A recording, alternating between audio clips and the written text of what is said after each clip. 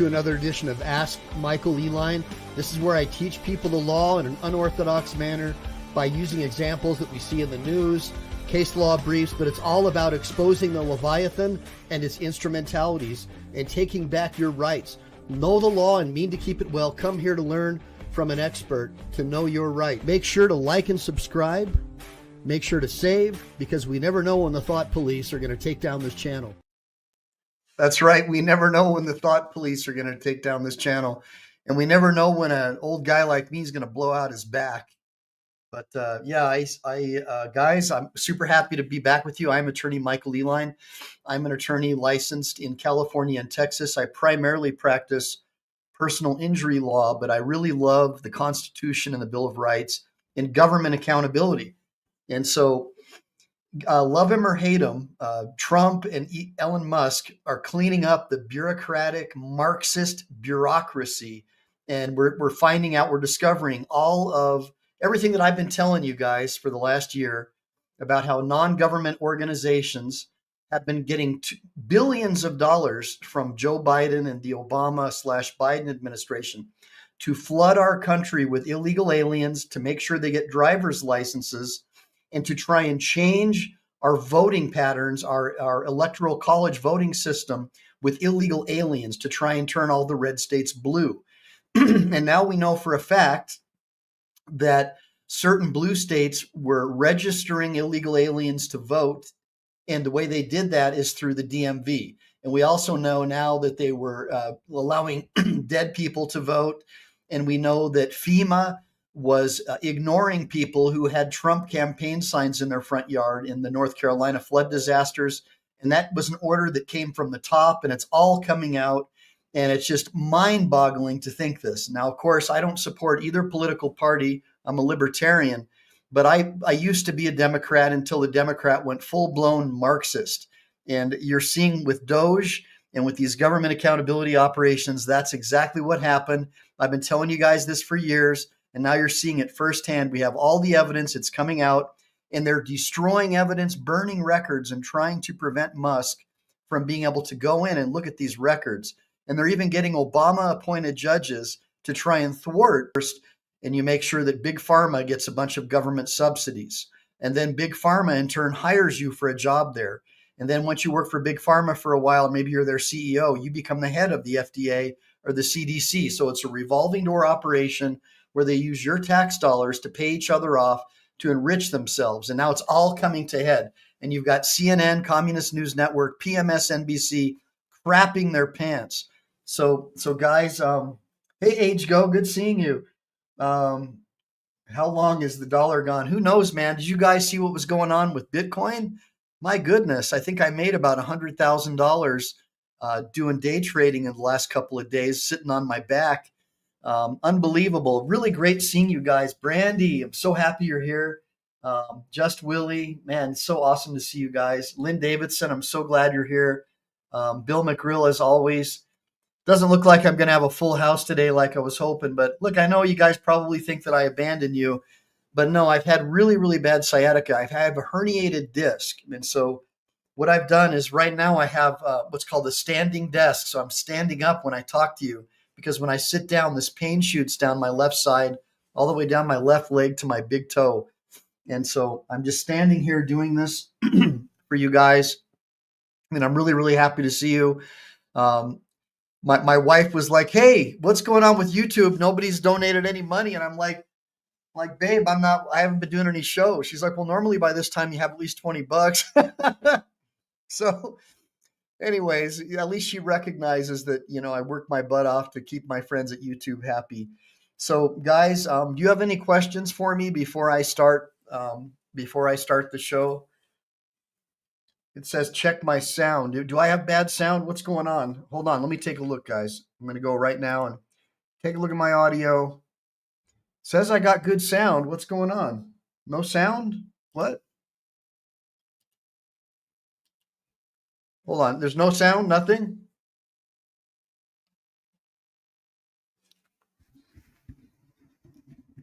How about that? Is that better?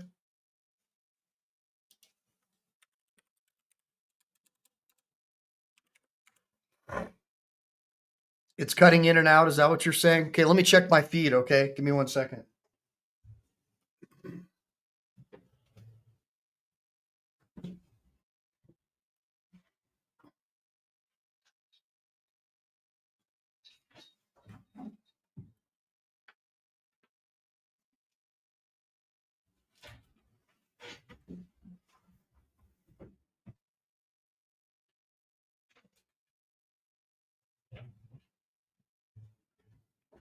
How about that? Do I have sound now?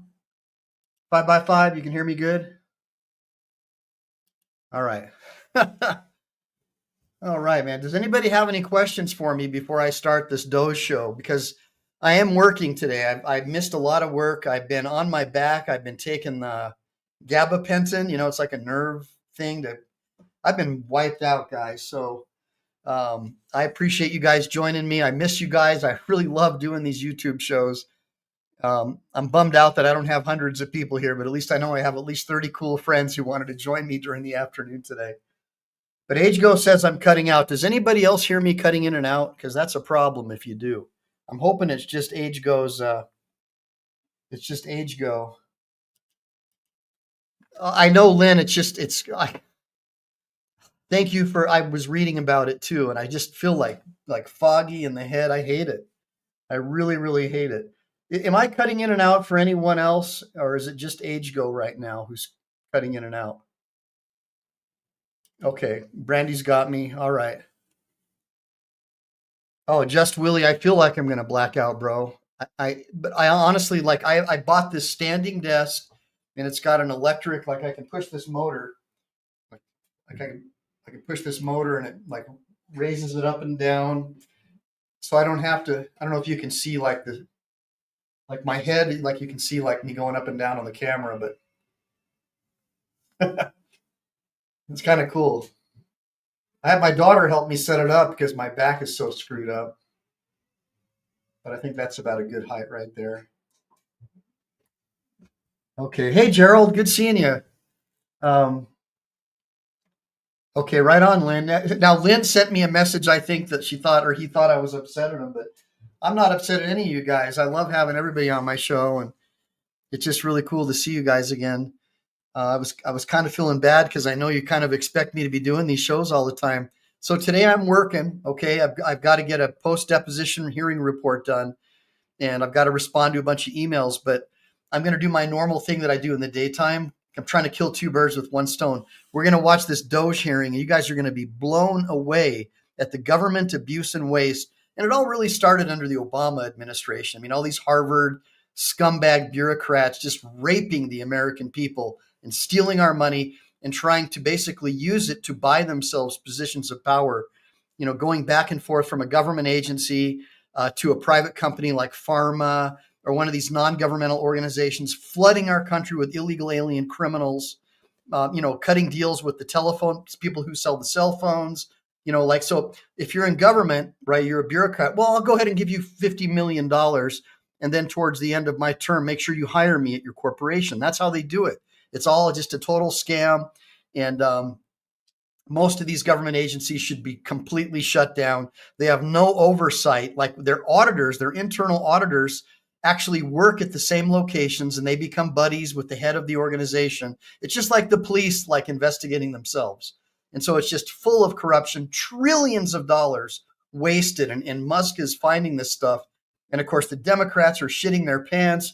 Communist News Network, PMSNBC, oh, they're hurting the American people. How dare they expose all this corruption? So when you guys watch this video today, you're going to see what I've been talking about for the last couple of years, trying to explain to you guys what's going on. It is unbelievable, the stuff that we're going to expose today. So without further adu, let me get into it. And again, I'm going to be working, but I'm not ignoring you.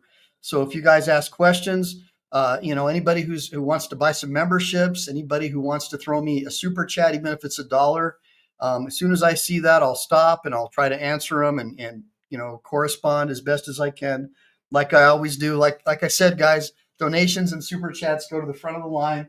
Hold on 1 second.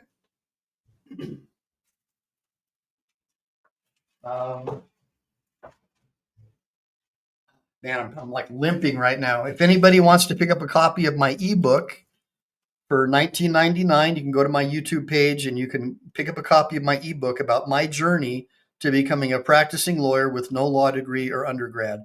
And I'll take you on my journey, the ebook version, not the soft cover, about how you can study law in your state, if your state has a program like that, without an undergrad, without a law degree, and become a lawyer like they did in the old days before these Marxist run communist re-education camps took over our education system.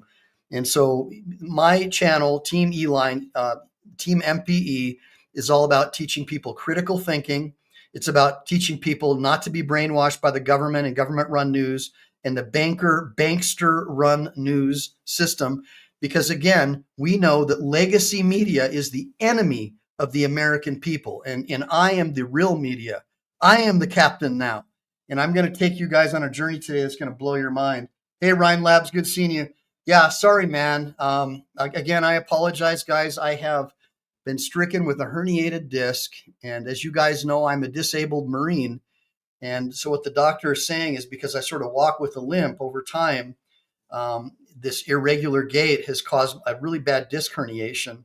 And because of that, and it could be from marching up and down the hills of Camp Pendleton too, right? Just like really being in the Corps, man, they'll have you carrying like 200 pounds. It's not just your gear. You're carrying 105 howitzer rounds, ammo bandoliers for the machine gunner.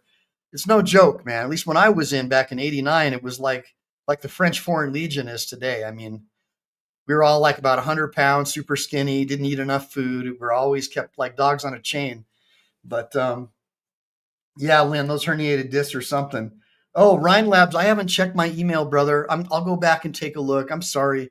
Look, man, I have been wiped out. I've been trying to work off my back on a laptop, super depressed that I haven't been able to do these shows. So I'm really grateful to be here. I got a standing desk. So right now I'm standing because if I sit down, the pain is so incredible that it literally like makes me drag my leg. I mean, my whole leg just, it feels like someone stabbing it with a bunch of like razor blades. So if any of you guys have had a back issue, you'll understand. Then of course it's been depressing because I haven't been able to lift. And I love going to the gym and staying in shape. I mean, I have, I bench press over 300 pounds and I really love fitness and that's my whole life. So, not being able to walk has been a real problem. And obviously I'm not going to be able to do squats. I'm not going to be able to do a whole lot of leg exercises. So I've really been focusing on trying to strengthen my core and stretching and stuff like that. But yeah, man, I really appreciate it. Yeah, Brandy's on a heating pad. I get it, Brandy. Yeah, right on, Brandy. Brandy has a standing desk. That's the thing, you have to adapt and overcome. You can't feel sorry for yourself and you have to stay after the task. And that's another reason why I came live today is because I wanted to make sure that you guys know I'm still here and that you got somebody out there rooting for you and trying to be an example of perseverance, because I'm one of these guys who slept on park benches in order to achieve my goal of becoming a lawyer. And I know that a lot of you guys look up to me because of my enthusiasm and for a little bit of direction sometimes, just like as an example to don't give up. So never stop fighting. And so I really appreciate all of you guys being here today. It means a lot to me. Let me see here. I got a bunch of texts that just came in. Let's see what's going on here. See if there's anybody trying to ask me questions about the show. Okay, good. Nothing. But I'm going to try and do a show, hopefully with Reluctant Prophet this coming, maybe during the week. And maybe I'll even maybe I can get Mr. Gold on here. I don't know. I'm going to see what I can do. But try to cover what's going on out in Arizona with Lane Myers and the latest escapades out there. And I'm going to try and follow up with Chili DeCastro, what's going on over at Delete Laws. I hear he's got a lot of cool stuff going on with his constitutional law scholar stuff, which I think is super badass. And I definitely want you guys to support his channel. And I need to catch up with BZ Watchdog. So, wish me luck, guys. I mean, this is the first time I've been able to do this. And again, it's because I'm taking gabapentin and they gave me a couple of shots, the epidurals. So I'm able to actually walk. What's the matter, you? Right on, dude. Thank you, man. Good to see you too, dude. What's the matter, you? Says, good to see you again, finally. That's how I feel too, guys. And you have no idea how wiped out I've been. It's been just like devastating. And yes, Brandy, I'm sorry about your back pain. It's just terrible. Not good. I'll pray for you, honey. I get it. It's not easy. Um, no, Lane didn't get a restraining order against me. No, not at all. I like Lane. I think all those guys. Look, I like freedom fighters. Guys like Lane, guys like Reluctant Prophet, guys like Chili. Those guys are legit freedom fighters, and they remind me a lot of how I was before I became a lawyer and sort of became bound by the rules of the court. You know what I mean? I mean, I can't do a lot of the things they do now, but I can do a lot of things that they can't do as well. That helps people, where I can help people like them when they're stuck or they're in a pickle, because I'm one of the few lawyers who will bend over backwards to help patriots and freedom fighters. So I will. Back pain does suck. Thanks, Ryan Labs. Hey, Dawood, I'll check out. You got to send me over your pleadings, and I'll take a look at them sometime, brother. Um, yeah, prayer. Thanks, Brandy. Brandy says she's praying for me too. Yeah, I appreciate that. That's a big deal, man. Spiritual energy is the thing. It's real. Hey, right on, SW. Yes, good day. Svenska. Everybody, say hello to Swedish Observer. He's my friend from Sweden. As you guys know, I'm about 60% Swedish, about, I don't know, 30% Norwegian, and I'm Scottish and a little bit of German. And I used to live in Scotland, man, and I loved it. It was great. But I love my Swedish people, because obviously I look like a freaking Viking, right? If I grow my beard and I shave my head, I look just like freaking Ragnar Lothbrok, man. Um, and right on, Lynn. The word starts with AK. Right on. Right on, Just Willie. So guys, again, I'm at work, so I'm going to try to bang out some post deposition reports right now and respond to some emails. And we're going to watch the DOGE hearing. This DOGE hearing is going to blow your mind, guys. It was pre-recorded, but when you guys see the waste, fraud, and abuse that Musk has exposed, it is going to blow your mind. Everything that I've been telling you, it was real. It's true. And worse, far worse. And it's mainly just Obama's buddies, like all these scumbag bureaucrats, using our tax dollars to basically fill our country with illegal aliens and criminals, and enrich nonprofit organizations, enrich the deep state. And it was all true. Everything that Trump talked about in his first term was true. The difference is that he surrounded himself with the deep state. He didn't even know it. Guys like Bolton, even guys like Mad Dog Mattis. As much as I love him as a Marine, once you become a general officer in the military, you're looking towards your retirement, military industrial complex, and making a bunch of money with those people. And it's sad. I was kind of hoping Mad Dog would have been more like a Smedley Butler. But, I still love him as a Marine, but I'm very disappointed with the fact that he's a deep stater. So, and that goes for General Kelly as well. What a sad state of affairs. But anyways, guys, yeah, I've been watching. Okay, so we're gonna go ahead and get it started, guys. And again, I'm gonna be working here, but if I see any super chats or anybody wants to have a super sticker, I'll stop and I'll try to answer questions. And again, guys, I've been out for a long time, so I appreciate any kind of donations. This is a donations only channel. That's what keeps it going. That's what keeps my wife off my butt and keeps Team MPE going. So I really do appreciate any kind of support y'all can give me. But I know a lot of people are broke, so I'm not expecting anything. But at the very least, if you can buy some memberships for other people, so we can get them over and become part of Team MPE. And again, I'm sorry for the little respite that I took, but I'll try to make it up to you. And I have to do this show during the daytime today because I promised my son that I would take him to judo class tonight. So I'm killing two birds with one stone. It's okay, Lynn. Don't worry about it. Lynn says she can't afford a membership. Well, Lynn, sometimes Brett Ray and other people come in and they'll buy memberships in bulk, and then other people like you can get them. So it'll happen. I've got a lot of cool stuff in the back channel for the members too, for the members only. And I'm going to start doing like a private members only channel where you guys can ask me questions and stuff that I wouldn't generally talk about in public. So, but again, I'm attorney Michael Ehline. I'm an attorney licensed in California and Texas. I primarily do catastrophic injury. In fact, I've got a couple of those fire cases right now in Los Angeles, and we're going after some utility companies. And maybe even the governor of California. They try to blame it on climate change, but what it really is it's bad forest management. It's cutting off the water supply. It's hiring these woke idiots to run the fire department, and the mayor of LA, who's a bona fide communist who spent time with Fidel Castro in Cuba, a terrorist, and they made her the mayor of LA. And now you see the whole place burning. Gee, I wonder why.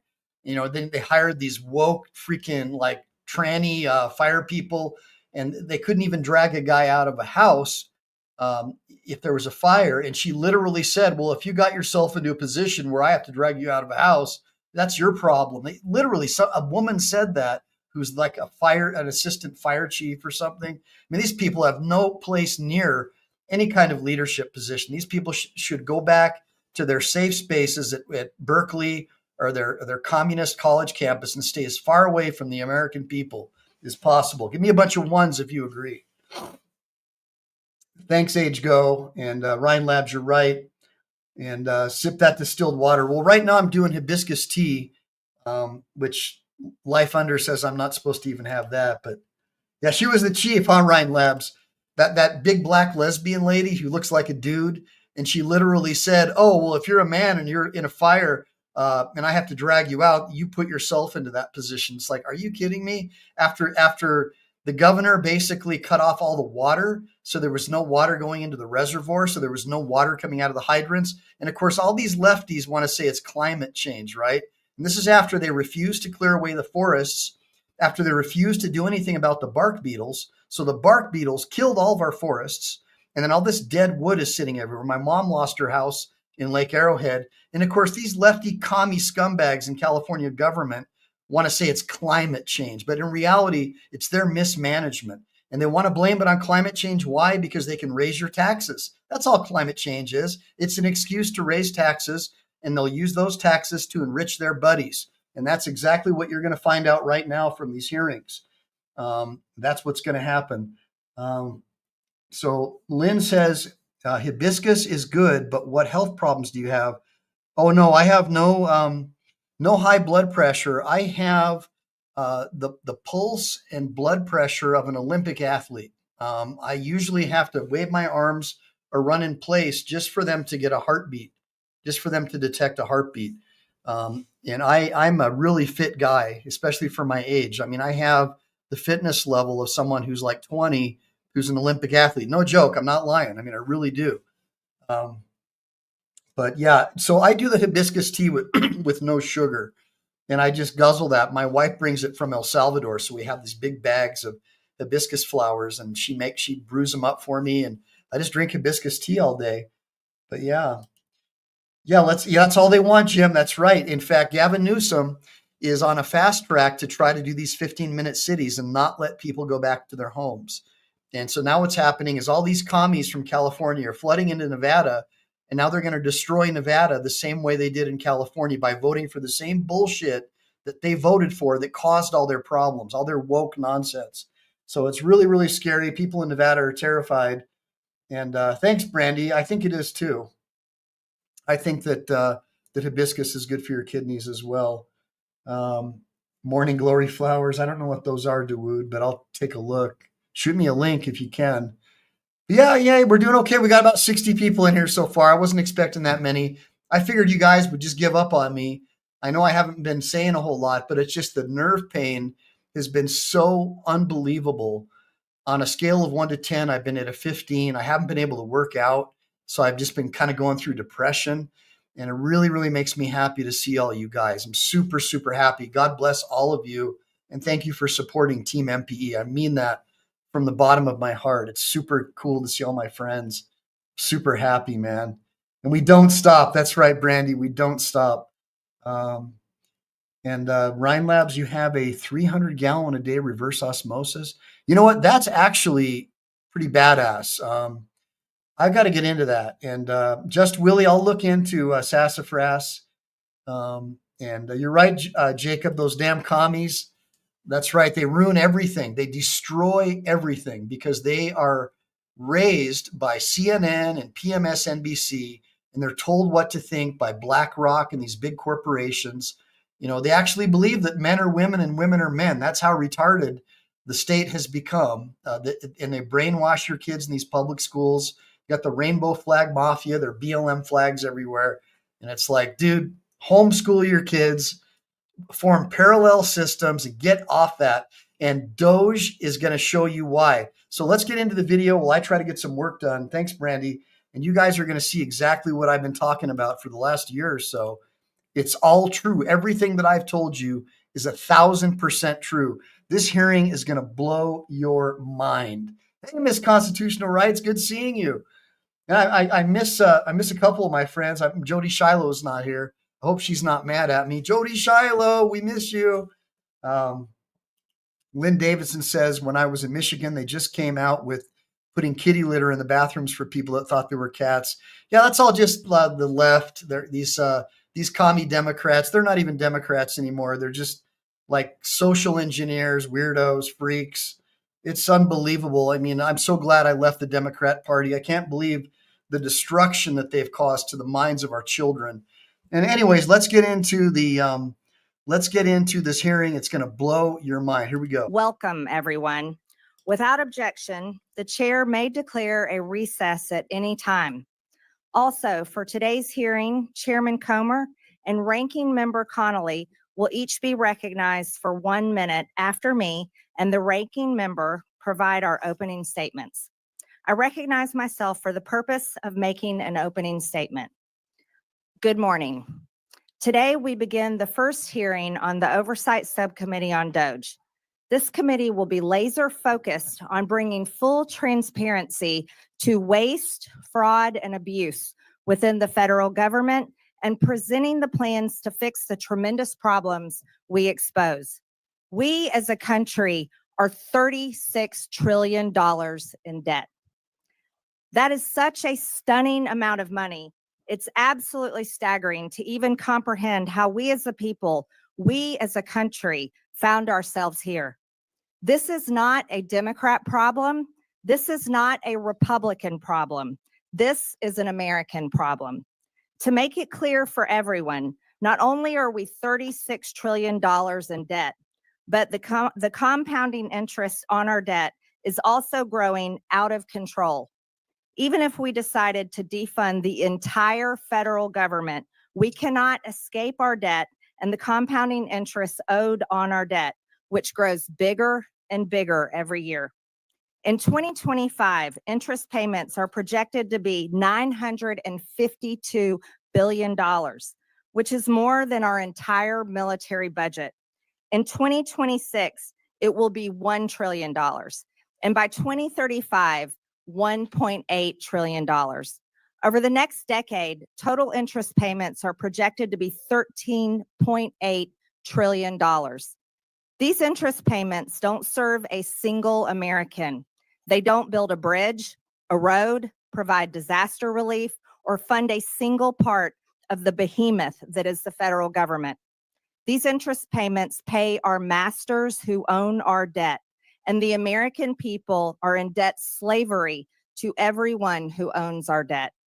Our crippling national debt and massively growing interest on our debt will destroy us.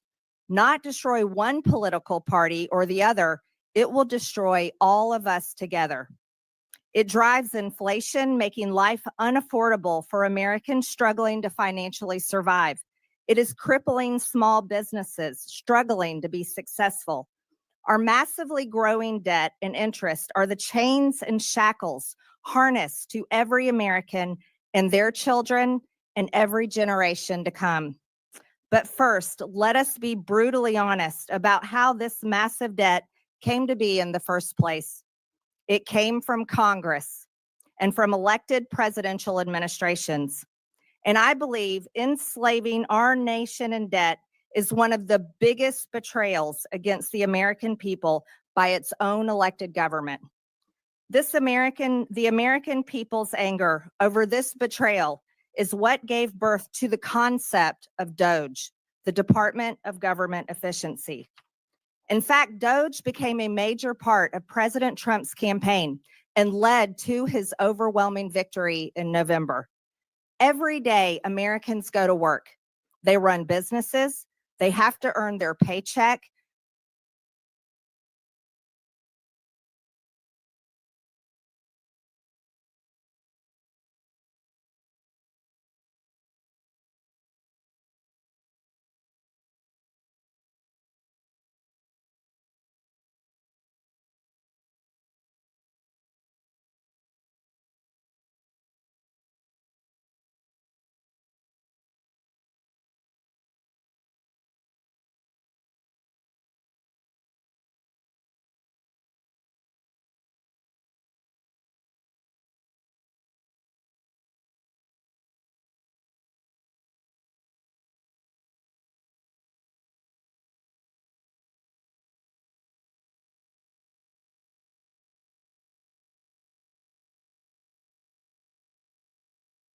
Strike that. Strike that. Sorry about that, guys.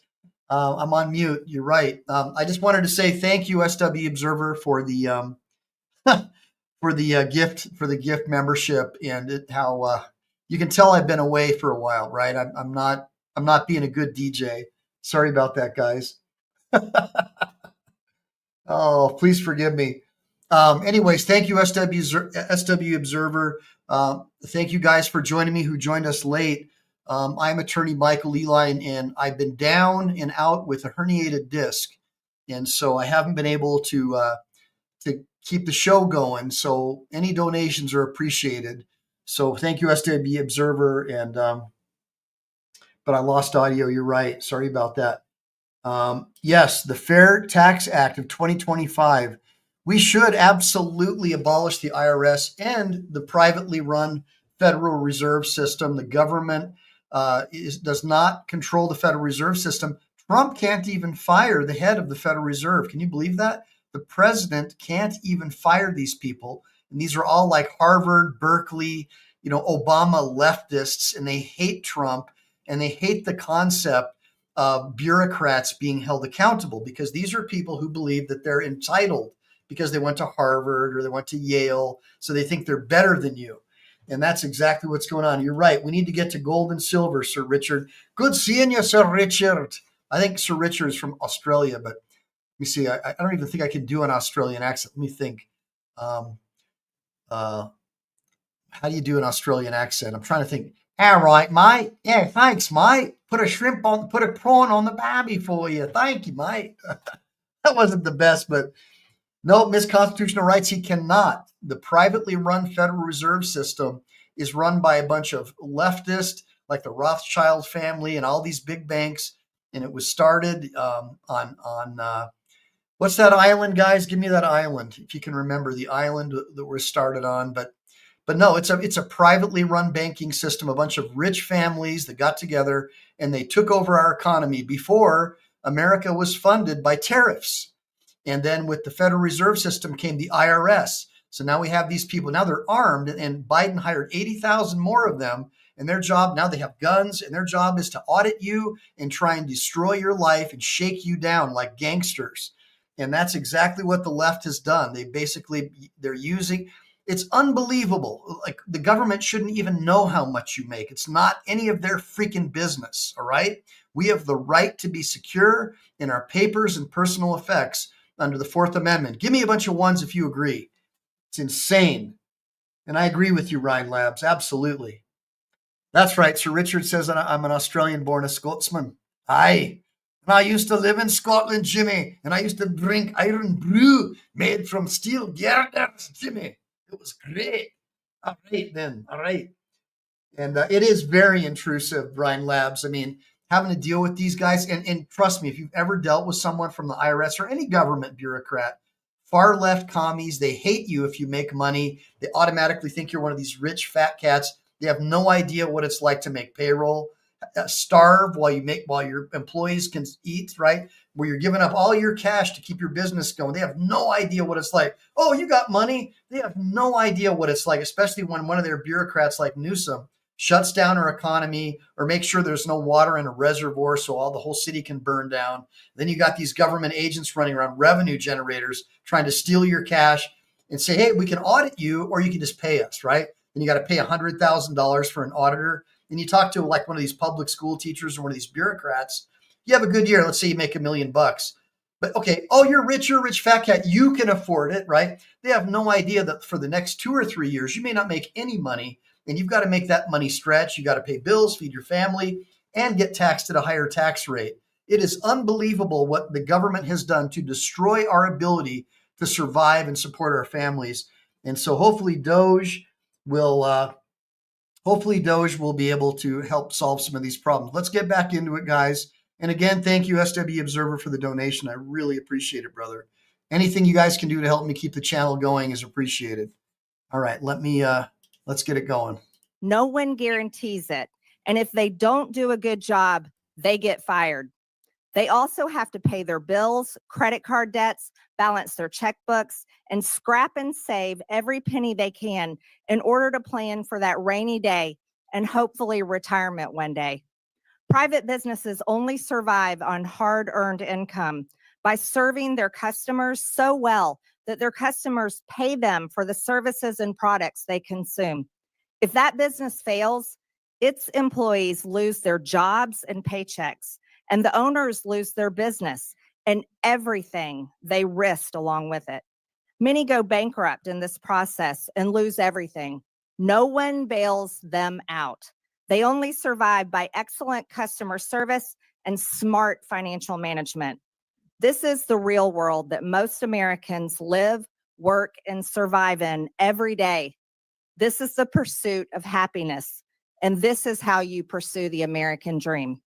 However, the federal government, government employees, and unelected bureaucrats do not live by this.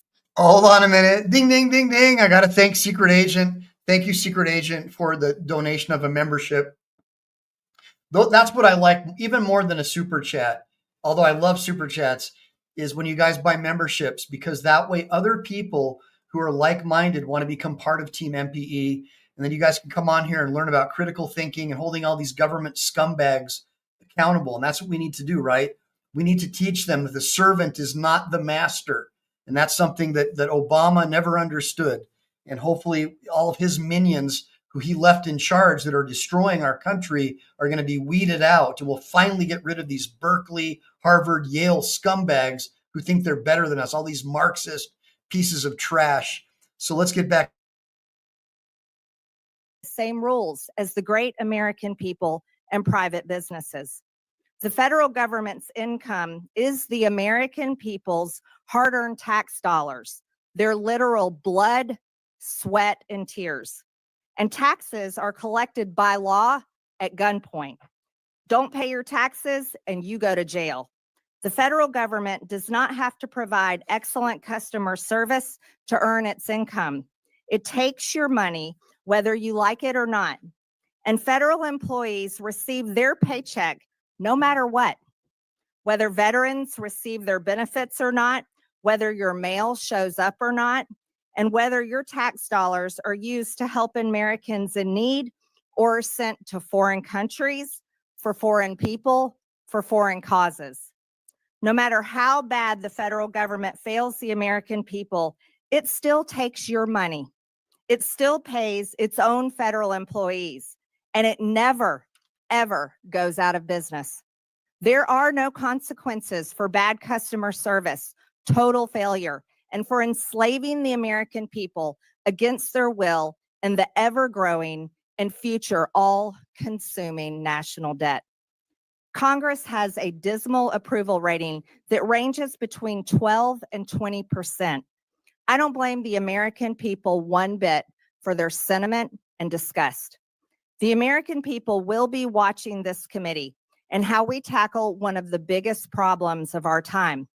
While we are a committee made up of the opposite far-reaching corners of Congress, we were each elected to serve and represent the American people and how their hard-earned tax dollars are spent. We as Republicans and Democrats can still hold tightly to our beliefs, but we are going to have to let go of funding them in order to save our sinking ship. This is not a time for political theater and partisan attacks. The American people are watching. The legislative branch can't sit on the sidelines. In this subcommittee, we will fight the war on waste shoulder to shoulder with President Trump, Elon Musk, and the DOGE team. This week, we turn our attention to improper payments by the federal government, including in Medicaid and Medicare. I'm looking forward to what we find out and how to solve this crisis. I now yield to the ranking member, Ms. Stansbury, for her opening statement. All right. Well, good morning, everyone. Thank you, Madam. Hey, really quick, I wanted to point out a comment from Frank Fruman, and it is so true. You really do change after you make a lot of money. When I made my first million, I changed. I got, real egomania. I was driving around in a BMW M3 convertible, and I thought that I was the shit. And, and then after I lost my dad, I realized that none of that stuff matters. So, sometimes it takes a tragic event, but I think for the most part, most people will sell their own family out for money. And so that's a really good comment, Frank. And that's something you got to have to be on the guard out for, is to always remember where you came from and always be humble. And I think that the principles set forth in Psalms and Proverbs and in the writings of St. Thomas Aquinas or William Blackstone, if you have a strong base, you have strong friends, good buddies who are like-minded, you form parallel systems, even if you do make a lot of money, you can make sure that it doesn't harm you in the way that it does most of these bureaucrats. But that's just a comment that I wanted to make. Let's get back into the show. Chair, and welcome to the very first subcommittee on government efficiency. As was said, this committee is tasked under the Oversight Committee with ensuring that the government and the vital services that it provides, from healthcare to national security, actually work for the American people. And this is certainly a topic that we have worked on for many, many years here in the Oversight Committee, in which I personally have worked on as a former civil servant who worked at the Office of Management and Budget. And in fact, for anyone who has ever worked on these issues, you know that there is ample ground for bipartisan work to make the government work better for the American people and to ensure that it operates in a more efficient manner. And in fact, all of us here on the Democratic side are ready to roll up our sleeves and to get to work. And just last week, I had the opportunity to sit down with the chairwoman and to discuss these very issues and opportunities to work across the aisle. And like the chairwoman who shared some of her background with me, I grew up in a working family. I grew up working for small mom and pop family businesses and understand the necessity of balancing the books, making sure we can deliver, and fiscal responsibility. And that's why today's hearing is focused on making sure that the federal government is doing what it's supposed to and digging into the more than $236 billion in improper payments that we see going out the door every single year. And we need to get to the bottom of that. And we need to make sure that we're putting into place rigorous oversight and controls to prevent fraud and abuse, and of course, to go after bad actors. And that is why myself and the Oversight Ranking Member Connolly and other Democratic members of the committee sent a set of bipartisan ideas that we'd like to work on together that would root out waste, fraud, and abuse and modernize and streamline how our agencies deliver vital programs for the American people. These are programs that are important for our seniors and our families and healthcare and the education system. And we need bipartisan solutions to get across the finish line. And we've been trying over the last several years to get these ideas out of this committee, but unfortunately, the committee's priorities have been elsewhere under the current majority. So I hope we can fix that this Congress. But we can't just sit here today and pretend like everything is normal and that this is just another hearing on government efficiency. I mean, all you have to do is look across this room and see that it is not a normal hearing. Because while we're sitting here, Donald Trump and Elon Musk are recklessly and illegally dismantling the federal government, shuttering federal agencies, firing federal workers, withholding funds vital to the safety and well-being of our communities, and hacking our sensitive data systems.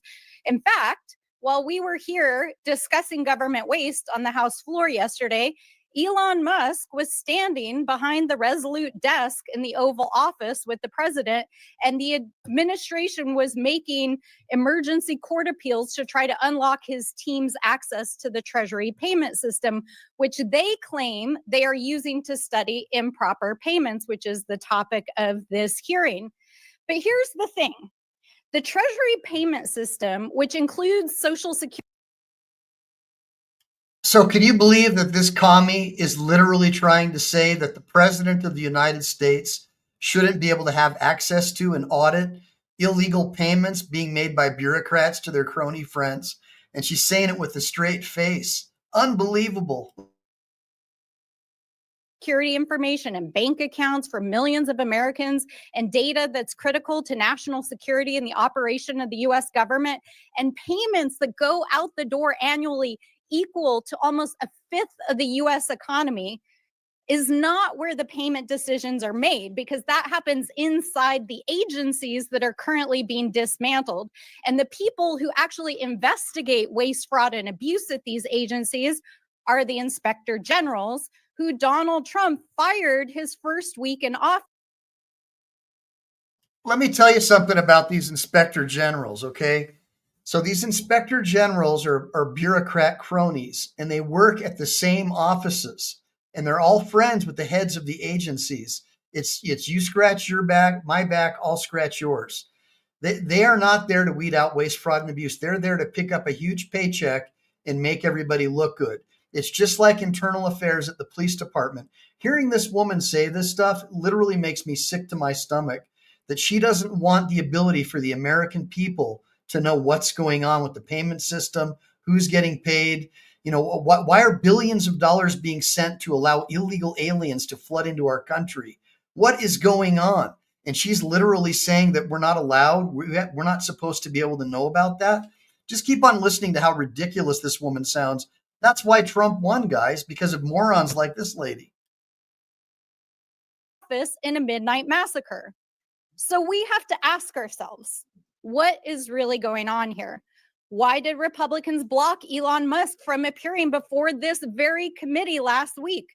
Why is the administration so eager to allow Elon Musk and his hackers to have access to proprietary and private information in the Treasury payment systems? Why are our colleagues across the aisle shielding them as they are clearly breaking the law? And why is the vice president trying to rewrite the US Constitution by tweet and undermine the judiciary? So obviously we're in the oversight committee and we have a lot of questions. So objection assumes facts, not an evidence. All right. Lacks foundation. Let's get back into the show. Questions, and so do the American people, especially while our colleagues across the aisle are trying to scoop up the savings from the dismantling of these agencies to pay for the largest permanent tax break in American history for billionaires and the folks that they're helping on their side of the aisle. So hey, she sounds like she got all of her talking points from CNN, doesn't she? Rich billionaires. You know who they target? You know who the IRS targets? Not these billionaires that donate money to her party. No, they target you and me. Let me close by saying this directly to Mr. Elon Musk. We are well aware that you are eager to engage with members of Congress on social media, but we're not here to play. If you have serious desire to engage in democracy and transparency, we welcome you to the Oversight Committee. Come and testify in front of the American people under oath, because we want to know what you're up to.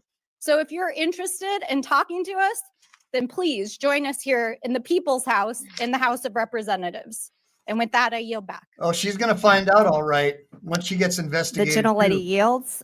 President Trump signed an executive order on his first day in office called Establishing and Implementing the President's Department of Government Efficiency. The EO simply renamed an office in the White House that was actually established by President Obama in 2014 called the U.S. Digital Service. President Trump can have Elon Musk into his Oval Office anytime he likes. I now recognize the chairman of the Oversight Committee, Chairman James Comer. Well, thank you, Chairwoman Green, for holding today's hearing to launch a war on waste. President Trump won an electoral landslide with a clear mandate from the American people to eliminate Washington waste and stop the theft of American tax dollars. And he is delivering on his promise. President Trump has empowered Elon Musk and DOGE to conduct a government-wide audit to identify solutions to curb waste and protect tax dollars. That's exactly what the mission of this committee is supposed to be. And I'm glad that my colleagues on the other side of the aisle have found a newfound interest in waste, fraud, and abuse. With a staggering $37 trillion in national debt, we have no time to lose. A key place to start is improper payments. Since 2003, the government has lost $2.7 trillion because of improper payments. Fraudsters, organized criminals, hostile foreign actors, and even government employees have siphoned money away from those who truly qualify for assistance. For years, Republicans and Democrats on the Oversight Committee have condemned this waste. But now that DOGE is taking real action Democrats are choosing to defend the bureaucracy and status quo instead of standing up for the American people. I want to thank Chairwoman Green for holding this very important hearing, not only to expose the problems, but to find solutions. We stand with President Trump and DOGE in the fight to end waste, fraud, and abuse in Washington. With that, I yield back to Subcommittee Chairwoman Green, and congratulations again, Chairwoman, on holding this first hearing of the DOGE Subcommittee. Thank you, Mr. Chairman. The gentleman yields back. I now recognize the ranking member on oversight, Mr. Connolly. Excuse me. Thank you, Madam Chair. And thank you for having this first hearing on DOGE. Improper payments is not a new subject. I remember joining Steve Lynch and then Todd Platts, Republican member from Pennsylvania, in my freshman year, talking about improper payments. At that time, improper payments were in the range of $35 billion a year. They're now in the range of $280 billion a year. And times 10, we could cut almost $3 trillion from the debt if we addressed improper payments in a deliberative way, which GAO has called for in the high-risk category for years. We can also, secondly, enforce the tax code. It's estimated that at least $500 billion a year is left on the table uncollected but owed because of lack of resources in the IRS. Again, times 10 is $5 trillion over a decade. And finally, we can modernize federal IT systems, which we've championed for years on this committee. We know that legacy systems alone could save hundreds of millions of dollars a year in operating and maintenance costs. So if we want to be serious about it, let's be serious about it. But the way not to do it is to fire the people charged with the remit of waste, fraud, and abuse, namely inspectors general. President Trump has already now fired 19, including most recently the USAID inspector general, who dared to warn that we could lose $500 million of food aid because it's in warehouses not being moved because of the funding freeze that was imposed in AID. That's a cost we need to avoid. And for doing his job, that IG was fired. If we want to be serious, we've got to have objective, neutral inspectors general who are monitoring government waste, fraud, and abuse and expenditures. And I think you would find Democrats more than willing partners in that kind of enterprise if we're going to be serious. But a wrecking crew, a wrecking crane, a wrecking ball is not going to do it. And we're not going to support that approach to waste, fraud, and abuse in the federal government. I yield back. Thank you. The gentleman yields. The President of the United States has the prerogative to fire anyone that has overseen $36 trillion in debt, enslaving the American people, and rightfully so. I'm pleased to welcome today's expert panel of witnesses who each bring unique experience and expertise that will be valuable to today's discussion. And by the way, before we get into this panel, so you guys know I'm a lawyer and I represent whistleblowers. And I represent whistleblowers with law enforcement as well as government agencies. And typically these result in confidential settlements or some kind of non-disclosure agreement.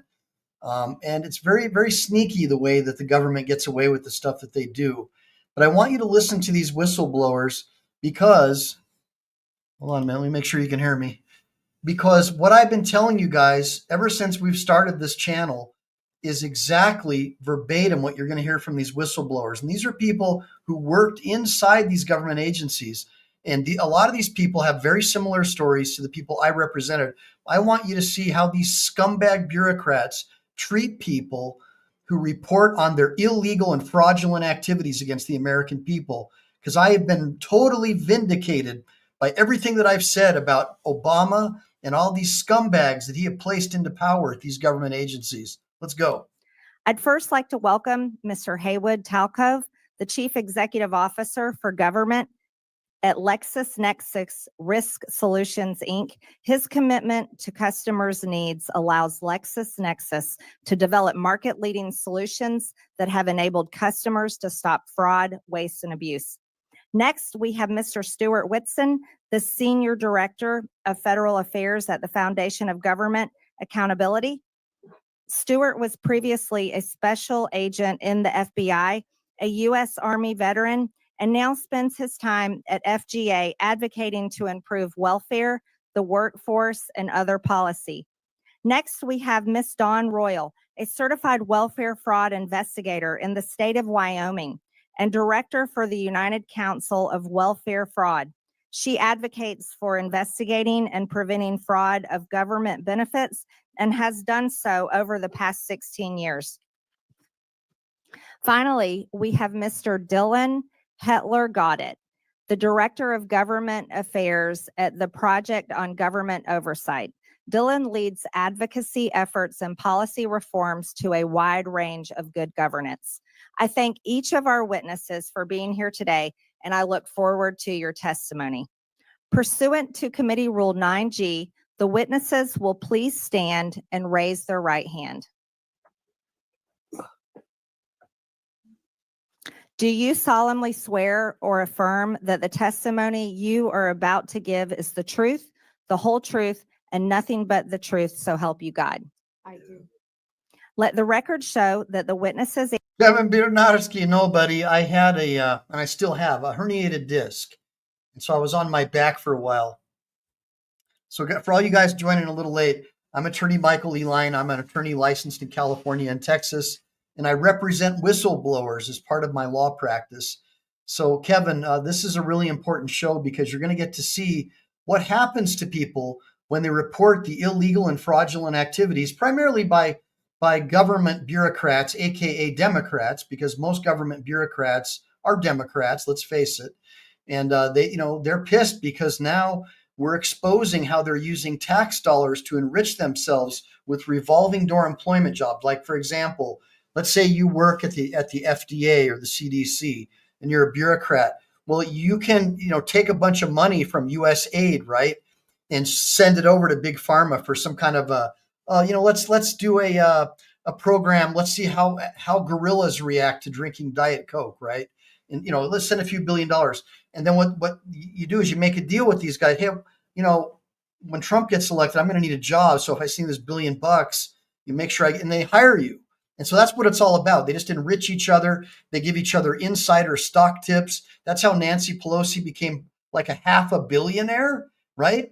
By getting tips from all these big pharma, all these companies, right? Google, whatever it is, and getting stock options. This is how they're doing it, guys. They don't care about you. These government employees do not give a shit about you.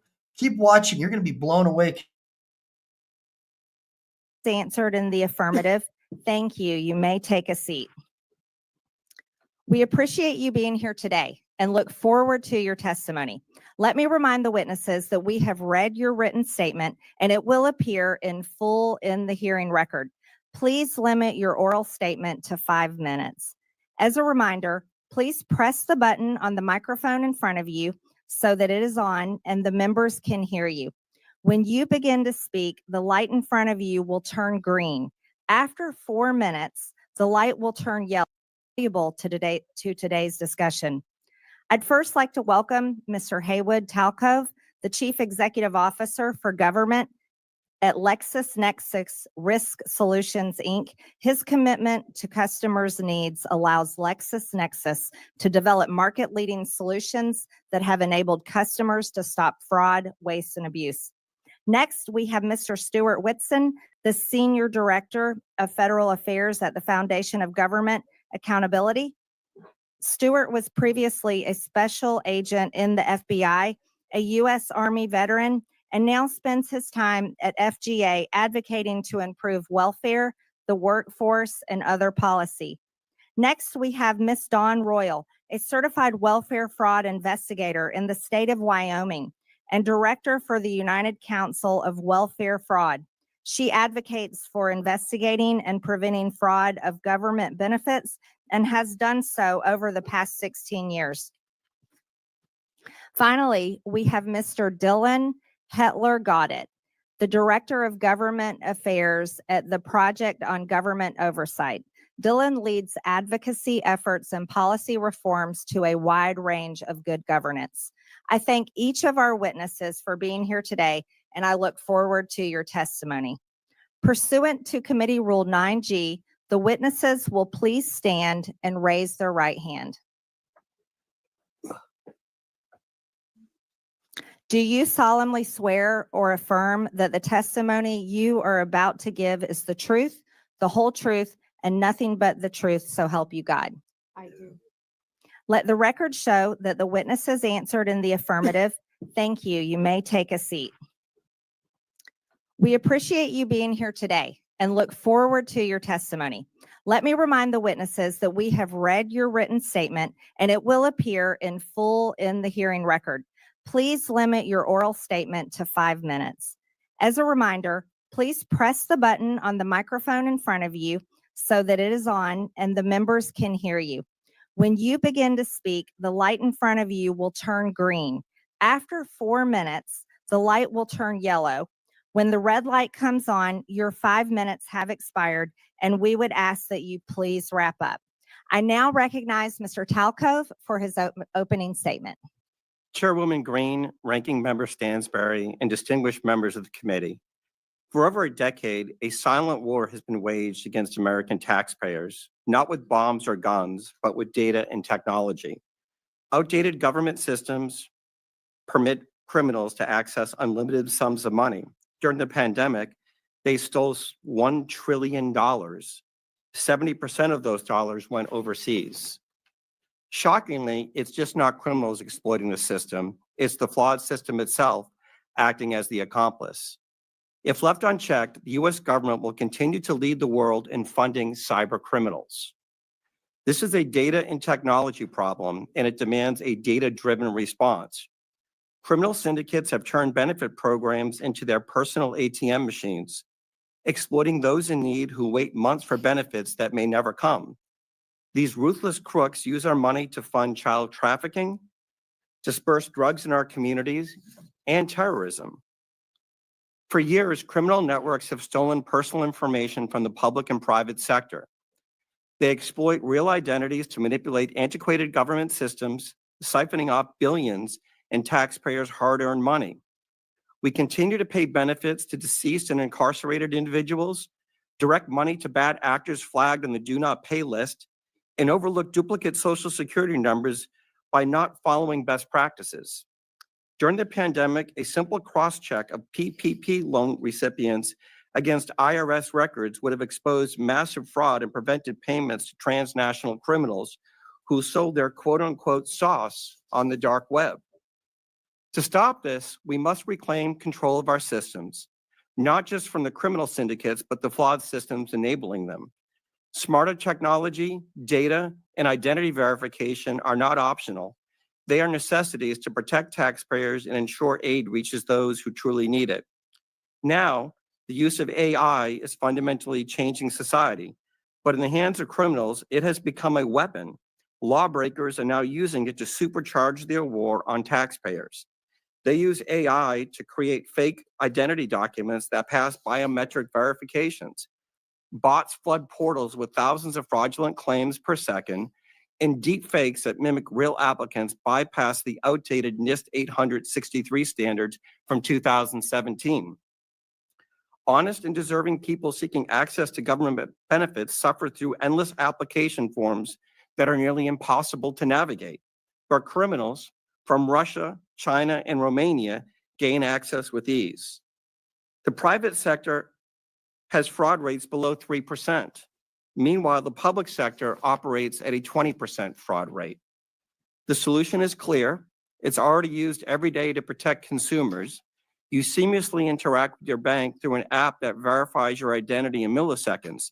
There's no excuse for the government to lag if we do the following. Number one, implement identity verification on the front end. Criminals should never receive a dime. Eliminate self-certification. No more honor system for billion-dollar programs. And continuous auditing. Keep verifying because criminals never stop adapting. Pay and chase does not work. Of the $250 billion stolen in pandemic unemployment fraud, less than $5 billion has been recovered. The idea in government that you cannot have speed and security is fiction. I urge Congress to consider making the following legislative changes. Number one, update the 1974 Privacy Act to allow for data sharing and matching. Number two, fund a budget for fraud prevention in each appropriation bill. The USDA spends 1/20th of 1% on fraud prevention. Mandate that individuals caught stealing from entitlement programs pay hefty fines and are removed from the program permanently. And finally, eliminate broad-based categorical eligibility. This committee has a choice: continue losing this war against criminal cartels and nation states, or fight back and save $1 trillion annually. Fraud prevention is not benefit prevention. It's the key to ensuring that every dollar reaches those who truly need it. Hardworking Americans rely on these programs not just to survive, but to build better lives for their families. When criminals exploit the system, they just don't steal money, they steal opportunities. Stopping fraud isn't about denying benefits, it's about protecting them. This crime has two victims. The first are the taxpayers, and the second are those seeking benefits. The fraudsters, cartels, and criminal syndicates are watching this hearing, I'm sure of it. It's time to show them that America will not fund its own destruction. Thank you, and I look forward to your questions. Thank you, Mr. Talcove. I now recognize Ms. Royal for her opening statement. Good morning, Chairwoman Green, Ranking Member Stansberry, and committee members. My name is Dawn Royal. I'm a certified welfare fraud investigator, two-term past president, and a current director of the United Council on Welfare Fraud. The United Council on Welfare Fraud is a national professional organization dedicated to protecting the integrity in our nation's public assistance programs. We are the only national organization singularly focused on the detection, prevention, and prosecution of welfare fraud. For too long, agency bureaucrats have pitted citizens' access to welfare programs against the integrity of those programs. Access versus integrity should never be an either-or dichotomy. We can all agree that access to public assistance is crucial. America's citizens should not be hungry or deprived of medical care because of their inability to pay. However, making sure vulnerable citizens have access to these welfare programs should not mean that we simply turn a blind eye to integrity. We do not pursue the prevention, detection, and prosecution of if we do not pursue the prevention, detection, and prosecution of fraud, taxpayers become the victims as the welfare programs become slush funds for anyone wanting to supplement their income with SNAP benefits, absolve themselves from the financial responsibility of medical bills, and using Medicaid to further taxpayer exploitation by taking advantage of cash assistance, energy assistance, childcare, and other social welfare programs. One example of a welfare fraud is a case that I investigated that was criminally prosecuted last year. The applicant mother failed to disclose her children's father as well as his employment and income on multiple applications she submitted for Medicaid, SNAP, and low-income energy assistance. The co-defendant father worked a steady job, earning a six-figure salary, and provided an enviable lifestyle for his family, including vacations, luxury vehicles, snowmobiles, motorhomes, lavish gifts, including one from the wife to the husband, which was a $1,200 bottle of bourbon. Evidence we presented at trial included a candidate registration forms filed by the defendant father when he ran for town council and later mayor of the town where he declared he lived at the same address provided by his wife on her public assistance programs. This was a case of greed, but it emphasizes how easy it was for these criminals to make false statements on applications in order to receive benefits from multiple programs that they were never eligible for.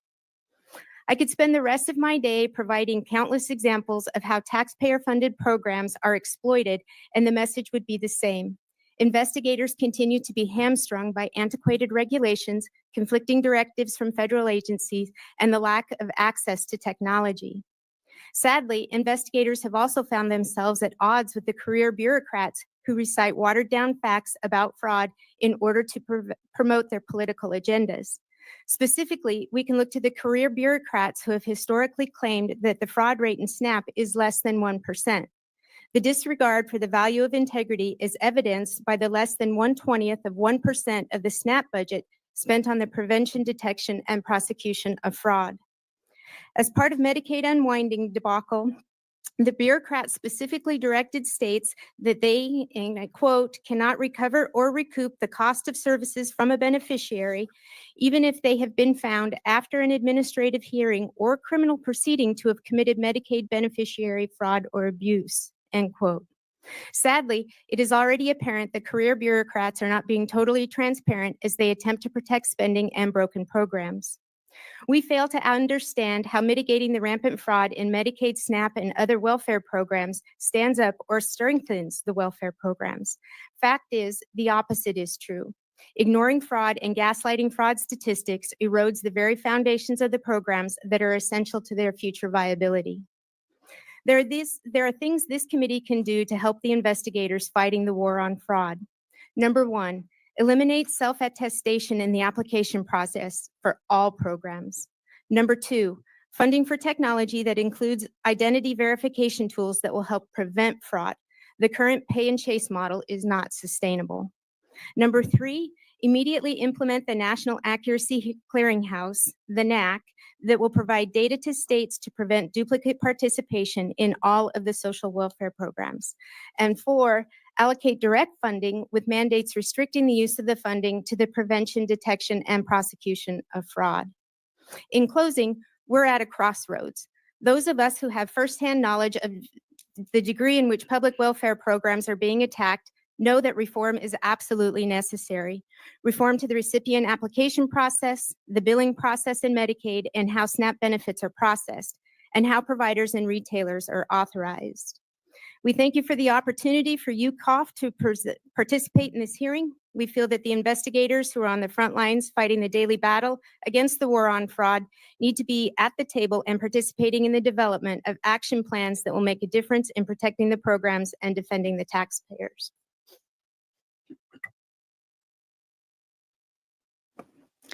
Thank you, Ms. Royal. I now recognize Mr. Whitson for his opening statement. Chairwoman Green, Ranking Member Stansbury, members of the subcommittee, thank you for the opportunity to testify today. On the campaign trail, President Trump promised to take on the bloated bureaucracy in D.C., rebuild trust in the DOJ and the FBI, crack down on waste, fraud, and abuse, and restore common sense. And on day one, he started delivering on those promises with a wave of executive orders and the official launch of DOGE, which he, of course, tasked Elon Musk to lead. Already, DOGE efforts have brought to the public's attention countless examples of wasteful spending, including $59 million paid to luxury hotels in New York to house illegal immigrants, $1.5 million to advance DEI in Serbia's workplaces, $32,000 for a transgender comic book in Peru. The list goes on. But rather than applauding the work of DOGE, the left has launched a coordinated campaign to try to demonize Mr. Musk with the hope of shifting focus away from the disastrous waste, fraud, and abuse that occurred on Biden's watch. But guess what? It's not working. Because no matter what political party people hail from, the vast majority of Americans agree that $10 million worth of food funneled to Al-Qaeda was probably not the best use of taxpayer money. But there's another source, a key source of wasteful spending that DOGE and the subcommittee should set their sights on next, and that's Medicaid waste and fraud.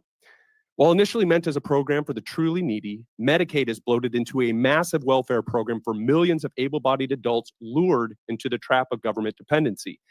And as Medicaid has grown, so too has mismanagement. Today, more than $1 in $5 spent on Medicaid is improper. In Medicaid alone, fraud and mismanagement is on track to cost U.S. taxpayers, get this, more than $1 trillion over the next 10 years. When it comes to the problem of improper payments, the Medicaid program is the biggest culprit, encompassing nearly 1/3 of all federal improper payments. And more than 80% of Medicaid improper payments are due to one thing: eligibility errors. If Congress wants to help President Trump address wasteful spending, then targeting eligibility errors in Medicaid should be one of your top priorities. Bottom line, to address this challenge, Congress can take 3 decisive actions. So first, Congress can strengthen the Medicaid program through legislative action. That would include repealing Biden's disastrous Medicaid streamlining rule, which ties the hands of states trying to remove ineligible enrollees. You can and should do this through reconciliation, and it will produce $164 billion in savings if you do. You can also strengthen verification requirements to ensure only eligible individuals receive benefits and ensure a nationwide NAC is implemented without delay. Second thing Congress can do is help President Trump's DOGE effort by ensuring that entrenched partisan bureaucrats don't stand in the way of reform. So Musk and his DOGE team have already found hundreds of billions of dollars funneled into wasteful, fraudulent, and flat out insane projects. But they've only scratched the surface. If this much fraud has been exposed in just a few weeks, imagine what else is buried under layers of red tape and government excuses. But guess what? All of these insane projects have one thing in common. They were all approved and funded by unelected bureaucrats. And these and other entrenched bureaucrats are already pledging to fight against President Trump's efforts to improve government accountability and efficiency. Personnel is policy. And without competent staff to faithfully execute the president's agenda, the DOGE project will fail. And this is where Congress can help. Congress can support the president in carrying out his DOGE effort by making all executive branch employees at will, codifying the president's authority to fire unproductive or insubordinate agency employees as needed. At the same time, Congress can grant the president authority to permanently eliminate vacant positions and consolidate non-essential positions across agencies and departments to help promote efficiency and put the right people in the right seat. The third thing, Congress can make President Trump's DOGE cost-cutting and deregulatory reforms permanent by passing the REINS Act. And so there's only one big problem with the DOGE effort. Most of its work can be undone by a future president with a stroke of a pen. To make President Trump's DOGE reforms permanent, Congress must act. And the best way to do this is to pass the REINS Act. This would return Article 1 budgetary power of the purse to Congress while promoting deregulation. It would also help lock in the DOGE reforms and cement President Trump's legacy as the most consequential deregulatory and cost-cutting president in U.S. history. The American people are watching. It's time for Congress to act. Thank you, and I look forward to your questions. Thank you, Mr. Whitson. I now recognize Mr. Hetler Goddett for his opening statement. Thank you, Chairwoman Green, Ranking Member Stansberry, and members of the subcommittee. My name is Dylan Hetler Goddett, and I am the Director of Government Affairs at the Project on Government Oversight, or POGO. I appreciate the opportunity to be with you here today to talk about the critical issue of bringing more accountability and transparency to federal spending, including rooting out waste, fraud, and abuse.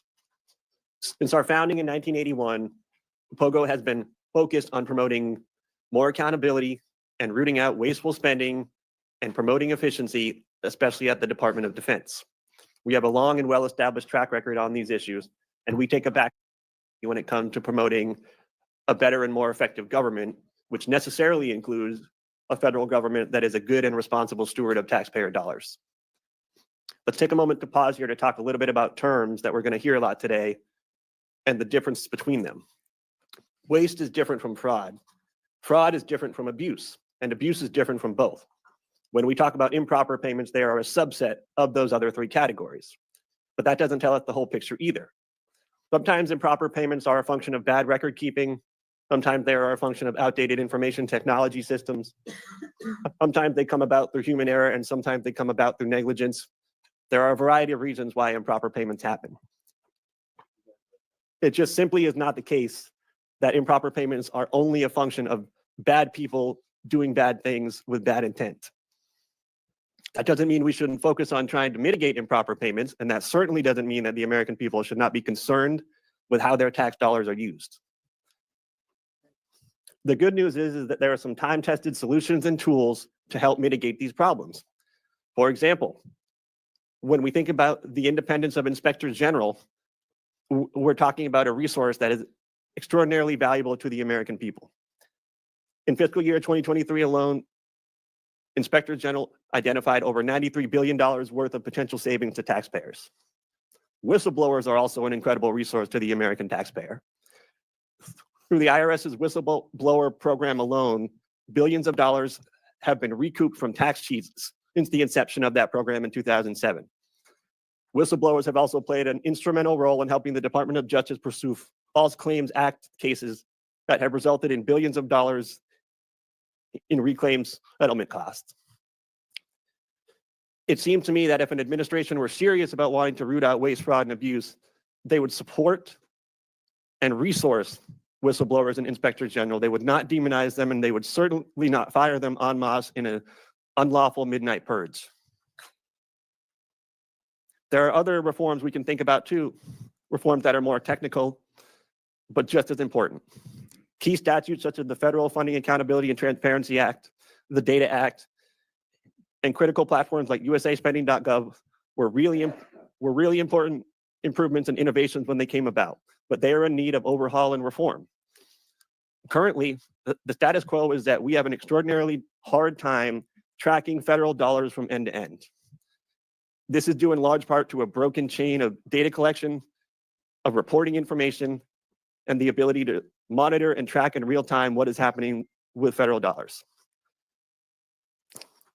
This informational black hole is where a lot of impropriety happens. It's where waste, fraud, and abuse live. And yes, this is where improper payments often happen. But more importantly, we also don't have a good, clear, and consistent way of understanding what is happening with tax dollars at the end point. What is the impact that we're having? What is the return on investment that we're having? We now have an annual budget of close to $7 trillion a year. We can't say with any degree of clarity and consistency what we're getting for all of that money. We have some more good news, though. There are bipartisan efforts, and there have been for years, to try and clean up this situation. We at POGO have had the privilege and pleasure of working on some of those initiatives. We were a part of the Federal Taxpayers' Right to Know Act being passed into law just a couple of years ago, which created for the very first time a program inventory of all the programs in the federal government, and that would be available to the public. We have worked with a member of this very committee, the House Oversight and Accountability Committee, to introduce a piece of legislation that would bring more transparency to federal subaward reporting. We have supported and endorsed multiple pieces of legislation that take direct aim at the improper payment issue. We also have additional ideas that don't yet have congressional champions.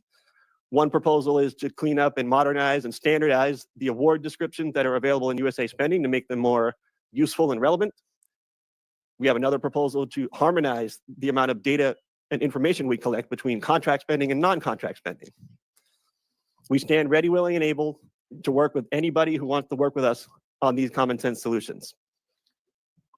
Lastly, I want to put in a quick word for Congress. Yeah. And specifically, I want to The gentleman's time has expired. Apologies. Yes. I can't see the flashing light. That's okay. Thank you, Mr. Hetler. Got it. We appreciate your testimony. I now recognize myself for 5 minutes of questions. I'd like to thank our witnesses today for your testimonies and the suggestions that you have brought before this committee. I'd also like to thank Chairman Comer for this opportunity to chair the Historic Oversight Subcommittee on DOGE. Americans are shocked to learn that $2.7 trillion of their hard-earned tax dollars have been stolen or wasted in improper payments since 2003. You see, in the private sector, companies can't continue to run if they keep employees that allow waste and abuse with their resources. But that has continued for decades here in the federal government. Mr. Talcove, do private sector companies have a lower rate of improper payments than the federal government? Yes, the fraud rate, that the criminals are taking advantage of in the public sector is around 20%. In the private sector, it's around 3%. And it's really because the tools that are used in the private sector aren't used in the public sector. Front-end identity verification, self-certification, and then finally making sure that individuals are who they say they are. If we start using these tools, you will see the fraud rate go down dramatically, because for the most part, this fraud isn't taking place by real individuals. It's individuals whose identities have been stolen on the dark web. They use that information pretending to be somebody else.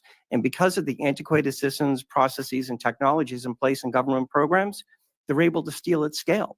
Right. So, Mr. Talcove, we would say that private companies that pretty much have to exist on a 20% profit rate they're not allowed. They can't continue to be successful if they were to allow their customers' data to be stolen like that and used by criminals. However, the federal government, who can continue printing checks and continue in operation, never fixes its problems because it can't be forced to go out of business. Would you agree with that? Yes or no? Yes. One of the things I noticed during COVID was the criminals learned that government was the mark because it never runs out of money. And they focus on it at scale. And then the likelihood of getting caught is virtually zero. I think it's outrageous for Americans to know that their identity can be stolen and then used for child trafficking, drug trafficking, and terrorism, like you stated in your opening statement. Ms. Royal, your testimony states that many programs operate under essentially an honor system in which applicants need not verify their identity, income, residency, or other key eligibility factors. You call this a trust everyone instead of a trust by verify approach. Does this mean the federal government in some states are giving out billions of dollars to individuals without verifying who they are or whether they meet program eligibility requirements? Yes, ma'am, that's correct. That's outrageous. Do states have enough incentive to prevent fraud and to recover improper payments? No, and in fact, states are hesitant to spend their state dollars to protect federal dollars. Would greater investment in program integrity efforts yield a positive return for taxpayers? Yes, it could easily be self-funding. Amazing. Mr. Whitson, your testimony states that both the Biden and Obama administrations issued rules and guidance that made it harder for states to verify eligibility for Medicaid.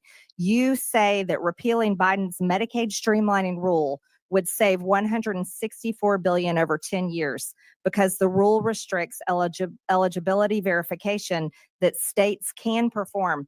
Can you explain why this rule is so costly? Yeah, so the rule does a number of things, but for instance, it prohibits states from verifying eligibility more than once a year. So for non-disabled folks to just go in and look and say, hey, are you still eligible for the program? It says you are forbidden from doing that any more often than once a year. And so obviously people's lives change, and so they may become ineligible. And so it's designed to keep them on the program. Another thing, it prohibits in-person or phone interviews to verify their identity. So people apply for it, and then the person on the other end says, oh, I just want to call and make sure this is a real person, not someone in another country or whatever. The rule prohibits that. And so there's a number of other provisions. It also opens a lengthy reconsideration periods. And this is where illegal immigrants are able to obtain the benefits. And so basically it says once you get these benefits, you can't interfere with it for a 90-day period or longer. And so there's a number of horrible things. But. So we can't verify if someone is illegal or legal receiving benefits. Just to correct that, yes or no? You have to wait a state has to wait at least 90 days. And actually what we're seeing is it's led some states to wait as long as 13 years. And so on the program. Unbelievable. My time has expired. Thank you very much. I now recognize Mr. Lynch from Massachusetts for 5 minutes. Thank you very much, Madam Chair. First of all, let me congratulate you and also Ms. Stansbury on your new positions. And I want to thank the witnesses for your testimony. We've already heard some good ideas about how to work together. And Mr. Hetler-Gaudette, I for one would be most open to working with POGO and trying to work on some of the legislative ideas that you have to actually get at some of this waste, fraud, and abuse. Since this is my first opportunity to speak in this new subcommittee as the representative for the 8th Congressional District in Massachusetts, I want to first of all make clear that my primary purpose in seeking appointment to this subcommittee is for the singular and sacred purpose to defend our democracy, which I believe is under attack in this country, and to uphold my oath to support and defend the Constitution against those who might secretly or openly seek its destruction. Make no mistake, this is a moment for representative democracy. This is a test of our resolve. In the coming days and weeks, we will all get to decide whether we stand with a couple of billionaires who, despite their own financial successes, still harbor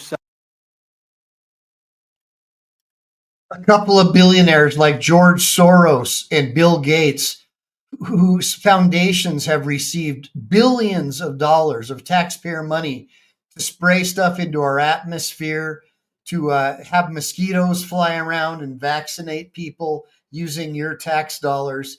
This guy has the audacity to complain about Musk, who actually opened up Twitter and got rid of the FBI, CIA censorship control of Twitter. And somehow it's a couple of billionaires after all these other billionaires made this possible for the far left to completely take over all of our government agencies. This is unbelievable. Give me a bunch of ones if you think this is the ultimate in hypocrisy.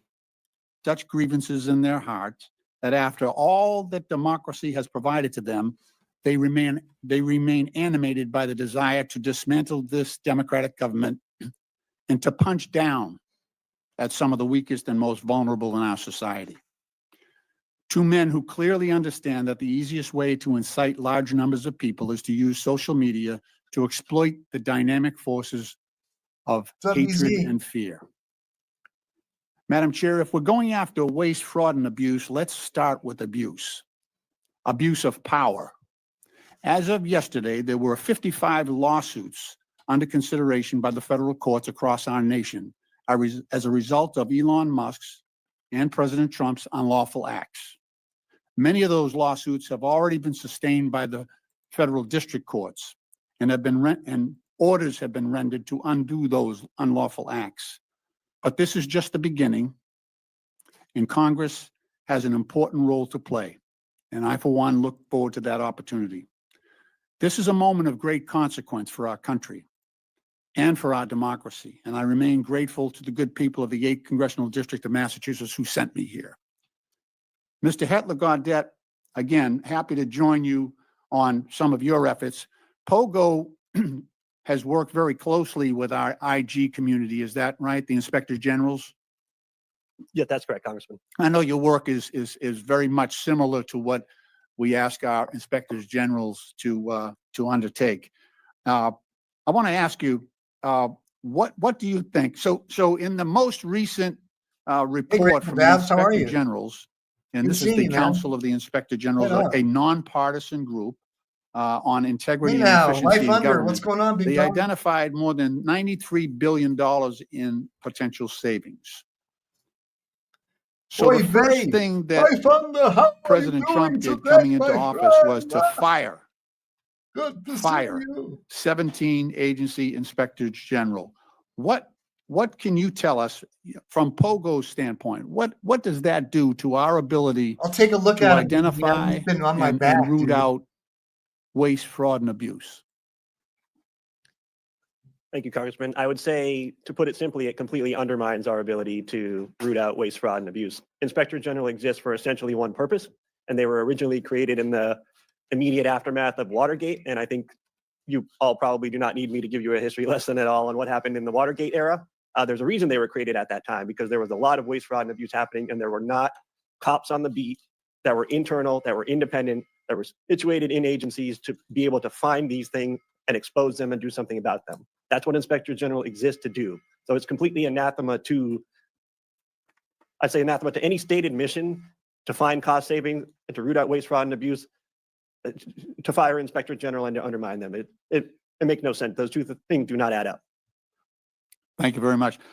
The firings that occurred on the when President Trump came to office included the Special Inspector General for Afghan Reconstruction, Mr. Sopko. I actually did over 20 trips to Afghanistan working with him. He actually uncovered $4 billion in savings in rooting out American taxpayer waste being conducted in Afghanistan. The IG at the Department of Defense, the agency. The gentleman's time has expired. Okay. Thank you, Madam Chair. I yield back. Thank you. Okay, Appreciate thank you. that. Thank you. I now recognize the gentleman from Texas, Mr. Cloud. Thank you, Madam Chair. For far too long, DC politicians have gotten away with measuring their personal value and worth by how much of other people's money they give away. And for far too long, they self-righteously have opined that the spending was for altruistic purposes given out of care and compassion. For far too long, they've been more concerned with looking like they cared than having enough care and concern to actually do the due diligence to ensure that the tax dollars were being used wisely and effectively. And for far too long, those of us who've worked to uncover waste, fraud, and abuse have had to deal with what amounts to an unconstitutional fourth branch of permanent bureaucracy that has too often worked to ignore, obfuscate, delay, and frustrate our efforts to bring transparency and oversight. Over the last few weeks, the DOGE effort has begun to uncover not only how massive the waste, fraud, and abuse is, but also the extent at which DC politicians and too many obstinate bureaucrats have coordinated to create what is essentially the largest money laundering scheme in history. And while Americans have been working to make ends meet, they have been using taxpayer dollars to fund unnecessary, egregious, and even evil things here at home and around the world. Thankfully, in DOGE, we have a president bringing the leadership needed and a focused effort, along with the talent, technology, tools, and transparency to this waste, fraud, and abuse. And to those who would stand opposed to this effort, I would just point out, while it's understandable to find waste, fraud, and abuse that has grown and metastasized in this government even over decades, certainly accelerated over the last few years, to continue to protect it is corruption. I want to thank the chair for beginning this war on waste on this side of Pennsylvania Avenue and bringing together this committee. This effort is so important as we work to relieve the Americans, people of this burden of waste, fraud, and abuse. Mr. Talco, you mentioned in your written statement and talked about it in your statement at the beginning that this waste, fraud, and abuse is a national security threat. And certainly one of the challenges facing us that is a national security threat is our fiscal situation. And so we have got to find ways to find savings to the American people in order to bring confidence to the bond markets, to put our country on a fiscal footing, and to reverse the curse, so to speak, that we are placing on our children and our grandchildren. You mentioned a couple threats, though. You mentioned internal threats. You said that these cases involve government employees, individuals entrusted with administering benefits who, instead of using their positions to approve fraudulent claims, override security controls, or even sell sensitive claimant information for profit. Now, this is not every federal employee for sure, but within the context of people who are trying to give their best effort, we have an internal threat. But you also mentioned transnational fraud rings, terrorist organizations, nation states, North Korea, nuclear weapons programs funded by our tax dollars, China, Nigeria, Iran, Romania, Russia, not our friends necessarily that are being funded by taxpayer dollars. Could you give us some examples of how this is happening? God, yeah. So when you think about what happened during the pandemic, $1 trillion was stolen. 70% of that money went overseas. And I can give you some examples. In a Western state, they had more people applying for unemployment insurance benefits than they had individuals over 18. The people that were stealing the money from Romania were using it to facilitate other fraud schemes that include fentanyl, that include doing things to impact our democracy. On the insider threat, right, the first thing you have to say, and my dad was a public servant, is 99% of people that work in the public sector are honest, hardworking individuals. But there are some, and what you need is data and technology to root that out. There were examples during the pandemic. There were some examples even of last week where people got into the Medicaid system in a Western state and stole $50 million in less than 4 months. So you have to have these controls in place, right? These aren't individuals stealing, Mr. Cloud. These are organized criminal groups, both domestic and transnational. That, as you mentioned, taxpayers are being forced to fund the demise of our own country.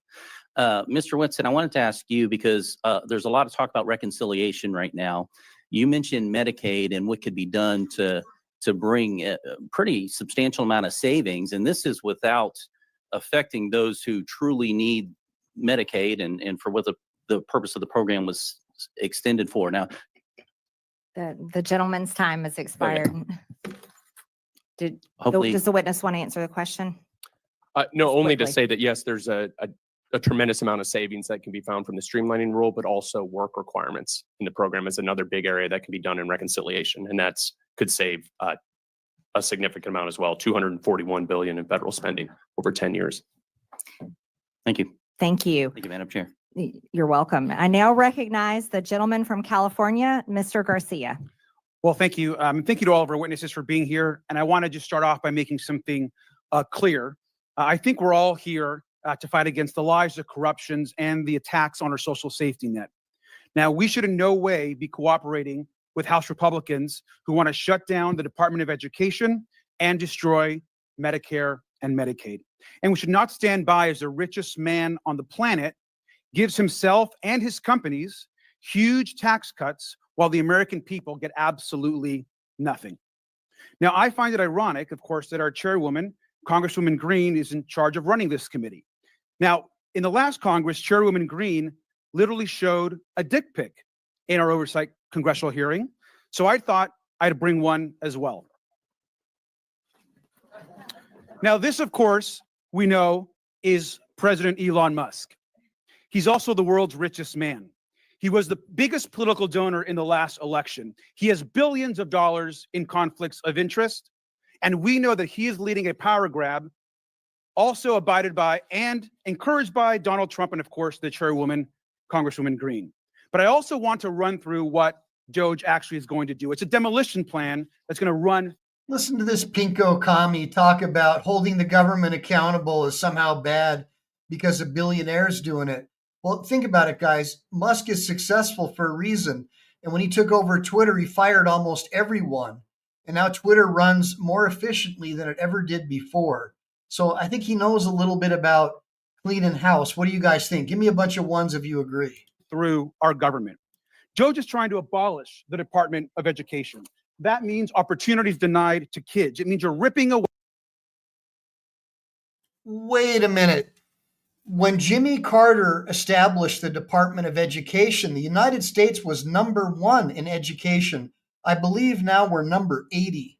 Anytime you put a leftist bureaucrat in charge of education or any institution, it falls, and it falls fast. Give me a bunch of ones if you agree.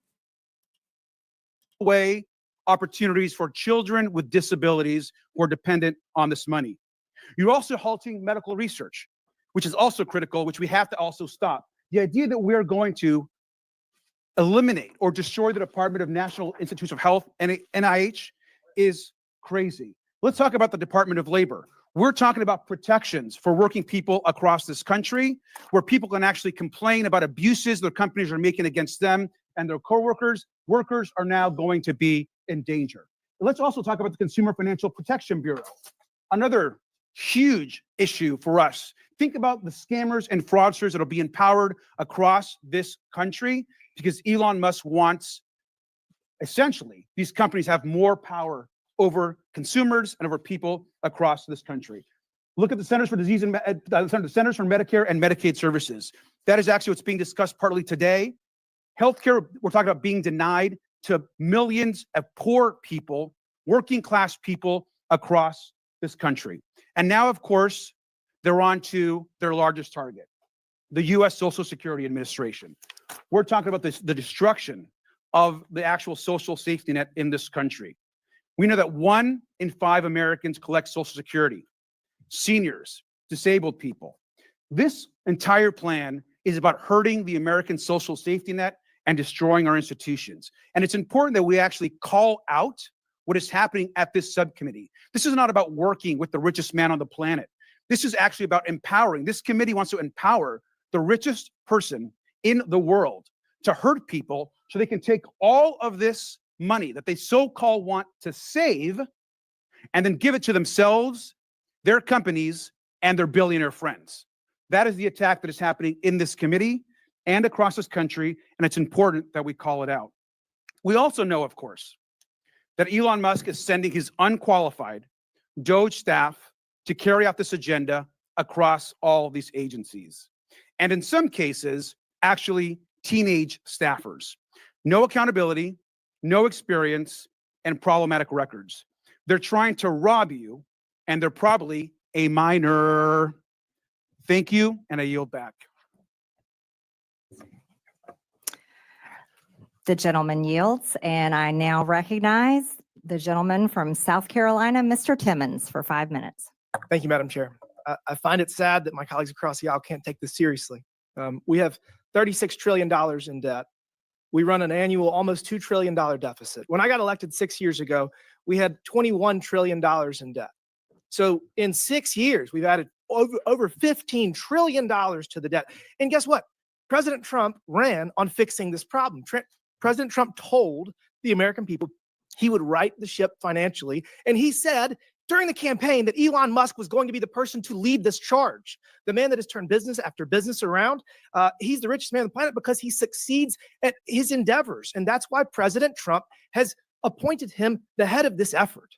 This is a very serious problem. And it's incredibly hypocritical that my colleagues across the aisle are complaining about this because Joe Biden signed his name and wanted the American people to believe that he had the ability to forgive $250 billion with a signature. Guess what? Supreme Court ruled he did not. That's our system of checks and balances.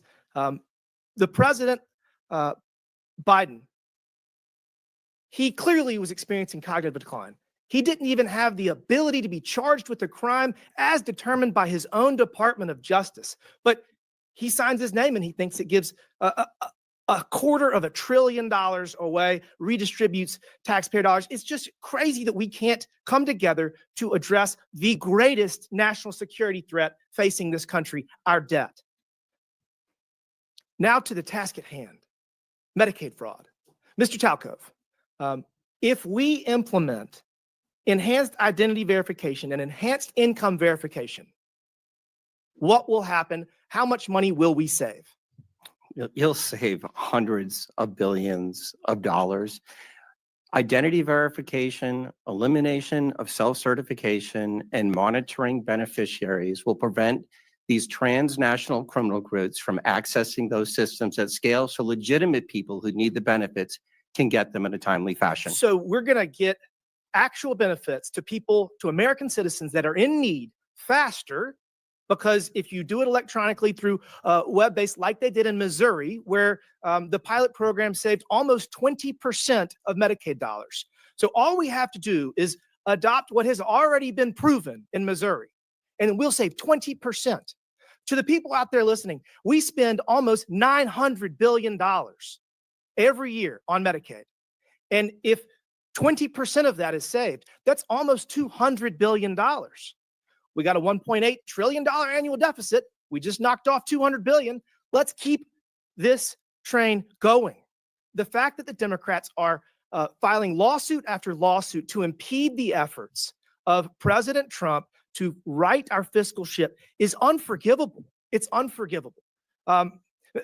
Talcove, you talked about pandemic fraud. I have a bill that would cause the IRS to share data with the Small Business Administration and the FBI and the Department of Justice that would show that you were ineligible for PPP loans and you got them. So I think that would save probably $100 billion.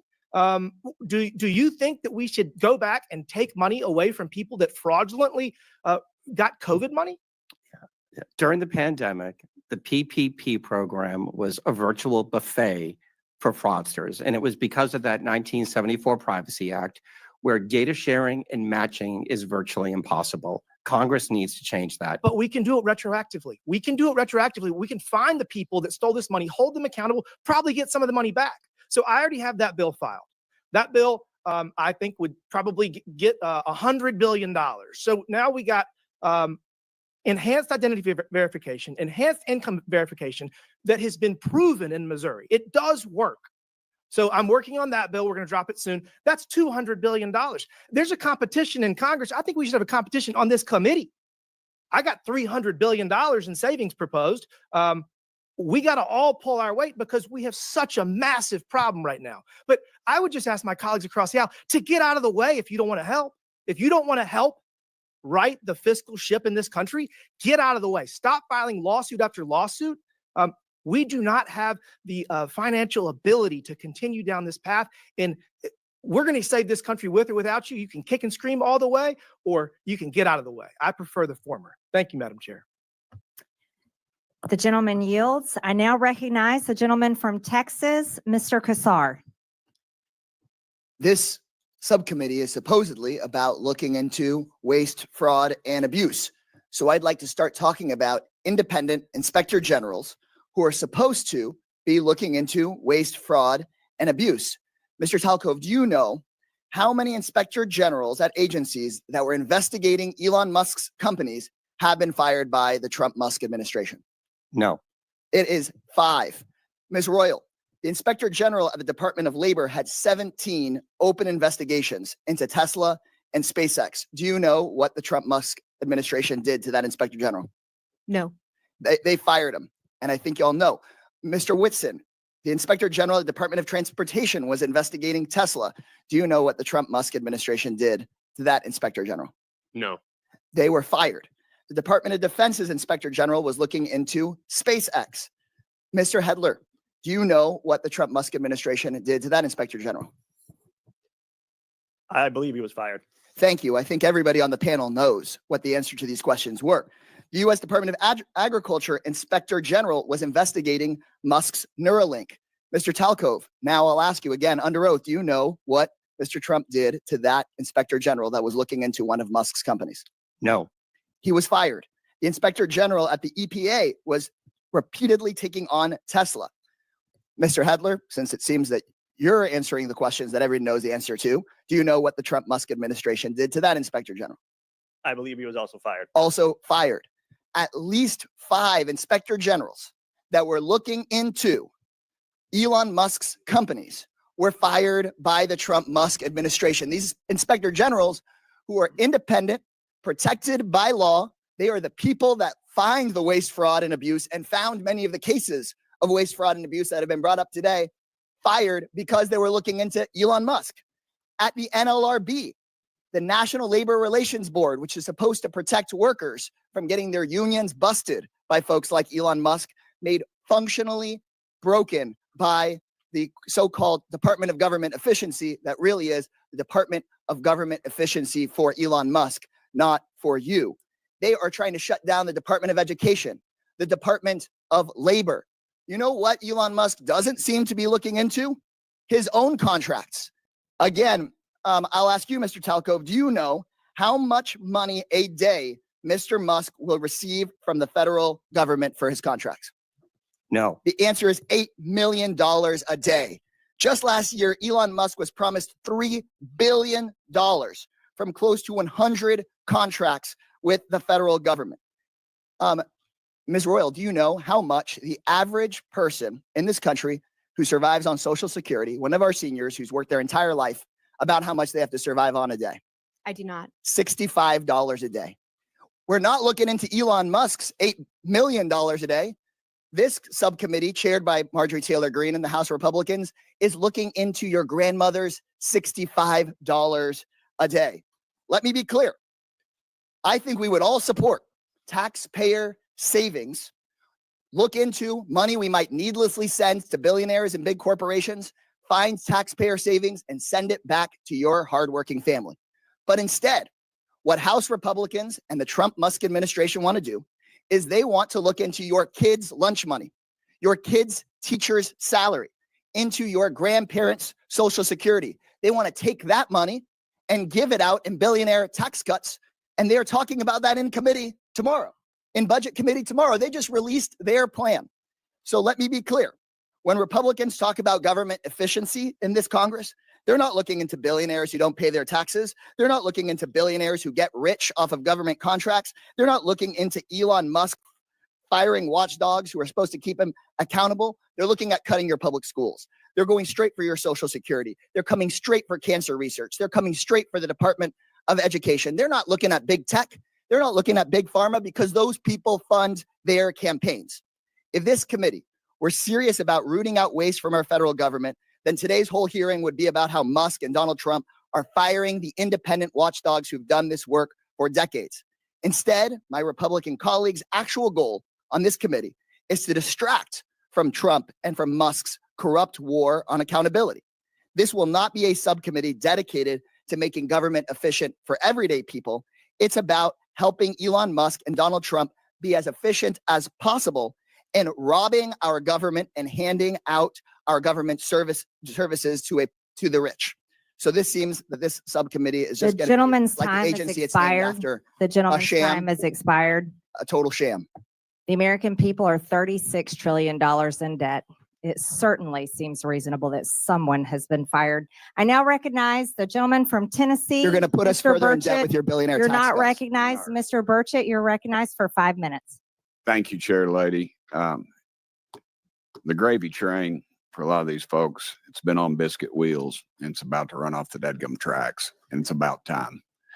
Could you imagine standing up here and defending waste, fraud, and abuse? But I think that's what we're seeing. When people squeal and don't ask questions, I think it shows the American public what the heck's going on.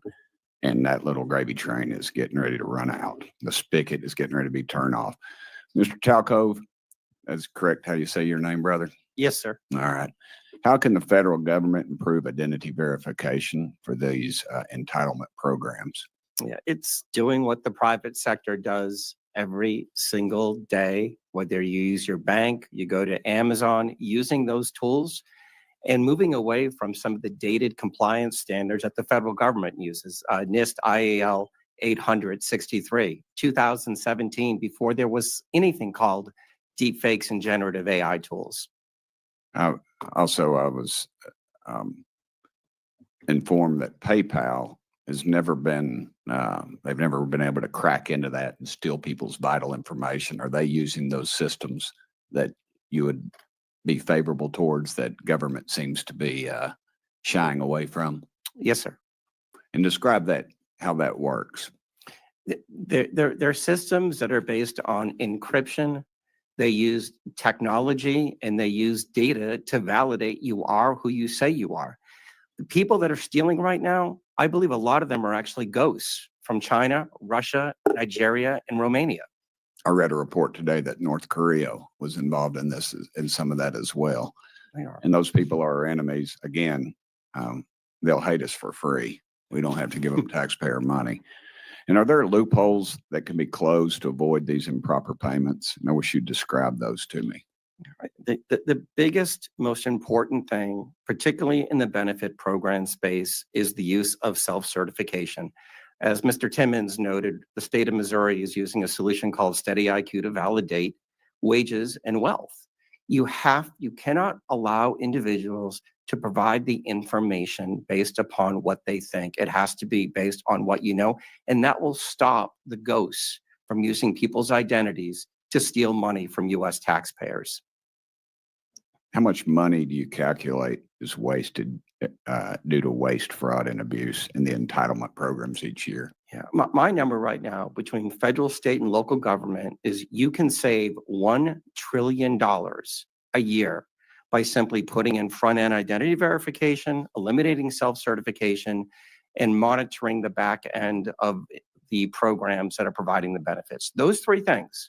You said you could eliminate that, but there are others you feel like some more low-hanging fruit? I would start with those three things because they're simple. That'll take that 20% fraud rate that you're seeing in the public sector down below 5%. Chair Lady, I would suggest that we adopt Mr. Timmons' legislation and get that out of the committee as fast as possible. What actions also could Congress take to fix these problems quickly? Yeah, I think the first thing is updating and redoing the 1974 Privacy Act. That is virtually impossible to do data matching. It's very difficult to have data shared. And when you look back at the pandemic, data sharing and data matching would have stopped probably 50% of the $1 trillion that was stolen from taxpayers. Any of y'all like to add anything to that? Congressman, I would just add that rather than accepting self-attestation, that states should have to be required to actually verify people's identities. And here's the key part: before they get enrolled. They shouldn't get enrolled and then eventually come down later on down the road It's that later. amazing to me. I have a doctor's appointment back in Knoxville, and the verification process is very extensive. It's more so than the federal government requires for any of this. What type of computer systems are these agencies using, and do they need updating? They're using very dated technology, but they're also burdened. I look at the USDA, 6.2 million words in a 10,000 page document that shows how to implement the rules of the program. Nobody can figure that out. So one of the things that I think has to happen is the simplification of these processes and systems, and then just use the technology that we use every day in the private sector. Okay. Thank y'all so much for being The here. gentleman's time has expired. Thank you, Chair Lady. I now recognize the gentlewoman from Texas, Ms. Crockett, for 5 minutes. Thank you, Madam Chair. And Mr. Talcove, I'm just going to go ahead and pick up where you left off really quickly. Just to be clear, the upgrades that you're talking about as it relates to our data processes, these aren't things that would be free, are they? They would cost some kind of money. Not looking for a number, but they will cost, correct? Some are free and some would cost money. Okay. All right. So I just want to leave it there because we've had a number of these hearings. So I do want to be clear, before the Trump administration came in, this committee did exist in the form of the Oversight Committee, and our task is to root out waste, fraud, and abuse. In that vein, we had a number of hearings, at least last term. I can't speak for any other term as I'm only in my sophomore term. And we dealt with improper payments. And interestingly enough, our chairwoman, who is so passionate about this today, she missed every single one of those improper payment hearings. But just to be clear, I was there. So I don't want anyone to believe that Democrats just come to work and don't plan to do work. In fact, I'm trying to figure out exactly what it is that the Republicans believe our job is, because right now they have relinquished their constitutional duties over to an unelected bureaucrat, someone who no one went out to vote for. And absolutely, he is occupying the Oval Office, as we saw yesterday. And that is a first for me, to see someone occupying the Oval Office who's never actually been elected to the Oval Office and actually answering more questions than the person that allegedly got elected. But for whatever reason, this is the first time we're having a DOGE subcommittee hearing, and that guy's not here. Instead, we have y'all. So I do want to thank you for coming. But I will say this, it's also interesting to me that in the first few days of DOGE existing, we know that they are trying to get rid of the Department of Education, USAID, Consumer Financial Protection Bureau. They're laying off FAA workers. They are going after the FDA, the CDC, the HHS, the FBI agents, and they're talking about getting rid of FEMA. And they brought y'all in. And I am going to say that I actually was shocked that there was only one person that seemed like he was an overt. I got a question for you. How does somebody this ignorant ever get elected? I mean, are you kidding me? This person is actually like in Congress? Are you kidding me? Give me a bunch of ones if you think this is a disgrace. Let's keep going. Wow, just wild. Complete buffoon. IQ minus 90. Proper as you laid out your opening remarks, because I anticipated that at least one of y'all would say, yes, what Elon is doing is exactly what we would prescribe. But instead, I will applaud you because you actually were focused. You talked about what the American people are looking for us to do. We've actually consistently on this side of the aisle promoted this idea of making investments into technology so that we can do things such as, say, look at the Department of Defense. The Department of Defense that takes up approximately 50% of our discretionary income, or our discretionary spending. Approximately 50% goes to Department of Defense. Department of Defense has not been able to pass an audit in the last 6 audits. And we're not talking about pennies. I understand that we want everything to be perfect. And if we could get all waste, fraud, and abuse out, that would be fantastic. But let me talk about the big numbers. The big numbers are on that side. When we look at, say, our entire workforce, our federal workforce, as we're trying to somehow fire all of them, they don't even make up a total of 5%. It's even less than that when we look at our budget. But let's talk about defense. That just happens to be the same side of the ledger that Mr. Musk gets the vast majority of his money from. In fact, at the same time that they were unlawfully, and we will stay in court, because on this side, we believe in law and order. We believe in, I mean, a number of us are actually lawyers, but nevertheless, we understand the Constitution. We believe in that as well. And so there's things such as, impoundment, right? Because as Mr. Whitson said, he said, we need to return the power of the purse to Congress. It never left. According to the Constitution, that's where it's at.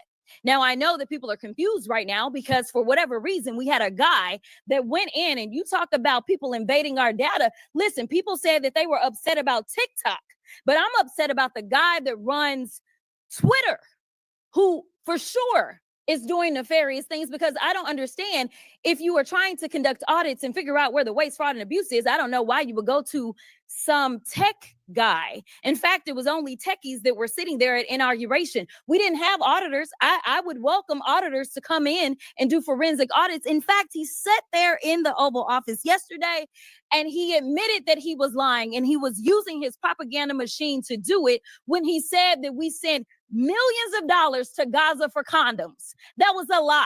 So let me tell you something. The We were gentlelady's duly time elected, has expired. and it is time for The us to do gentlelady's our time has job expired. and rein in this rogue actor The known as gentlelady's Elon time Musk. has expired. I now recognize the gentleman from Missouri, Mr. Burleson. I mean, hold on, you guys. Come Thank on. you, Madam Chair. This lady is a complete freaking clown, like a total disgrace to the office. She doesn't know how to behave herself. She has no manners. And you people who think that school makes you educated, you're the problem. What makes you educated is common sense and street smarts. Just because you went to some leftist communist run college doesn't make you smart, especially if you got in on affirmative action or some DEI program.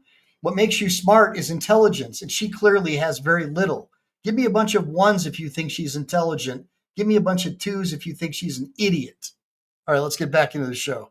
I just want to speak frankly at first to the American people. We're nearing $37 trillion in national debt. What does that mean? That means that each and every U.S. taxpayer owes over $323,000. Okay. What does that mean? That means when the EPIC, which is the Economic Policy Innovation Center, says we have 18 trillion left. That's it. 18 trillion left to take out. And we're spending $2 trillion in debt every year. Folks, we're at the precipice of a debt, we're like a debt cycle. We are literally at a point in which the dollar will be worth nothing. What does that mean? And we know Social Security goes bankrupt in 8 years, right? Medicare goes bankrupt in 10 years. And then 15 years from now, the dollar is completely devalued and worth nothing. So what does that mean? That means your pension, the money in your bank, your savings is nothing. It's worthless. So what are we doing? We're trying to save this country. We're trying to save your pensions. We're trying to save your bank accounts. We're trying to save this country for the next generation. And it would be nice if we had help. But instead, we have people that are fighting us on this. And I think that I would hate to be in the Democratic Party right now because you're in a really bad bind. You're having to defend all of this crazy spending, all of this crazy waste. So how do you do it? You do ad hominem attacks. You attack the messenger. Oh, Elon Musk, right? He's rich. He must be evil, right? That's the attacks. Really, you can't do any better than that, right? Let's talk on the policy. Help us. We're trying to save this country. This is what, and Elon Musk, who's making no money doing this, is trying to save this country. Why? Because he has invested in the United States of America more than anybody, right? So I think that we should embrace it. In fact, not a single company, governor of any state would ever turn down Elon Musk and his team of DOGE from coming in and providing free services to right the course and financially in any state or organization. It's ridiculous that we would demonize someone that loves this country so much. Mr. Whitman, the formation of agencies via the executive action is not new, right? The formation of DOGE is not new. Can you, are you familiar with any other previous presidencies where they've formed organizations like DOGE via executive action? Yeah, so actually the agency that DOGE is occupying is one that was created in a previous administration. So it is something that happens routinely. But I don't know if that answers your question. Yeah, there's been the Office of Budget Management was created, Environmental Protection Agency was created, the U.S. Digital Service, which is now DOGE, was created all by executive order, right? And actually one other I'd add is USAID was originally created through an executive order by President Kennedy and then later formalized. And then, Madam Chair, I have a video I would like to end with that just let's review if we could cue that to remind, and I want to remind my Democratic friends at a point in which you once had the majority of the American people on your side. This is what your party believed in. This report tells us how to cut waste, cut red tape, streamline the bureaucracy, change procurement rules, change the personnel rules, and create a government that works better and costs less. I've read it, and where it says the president should, the president will. Among the 800 recommendations, eliminating 12% of the federal workforce, merging some government agencies like the FBI, the DEA, and the Bureau of Alcohol, Tobacco, and Firearms, closing hundreds of government offices outside Washington. From the day I took office, one of the commitments that I made to the American people was that we would do a better job here in Washington in rooting out wasteful spending.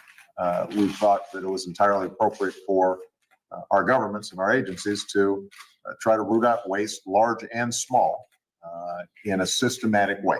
It means cutting some programs that I think are worthy, but we may not be able to afford right now.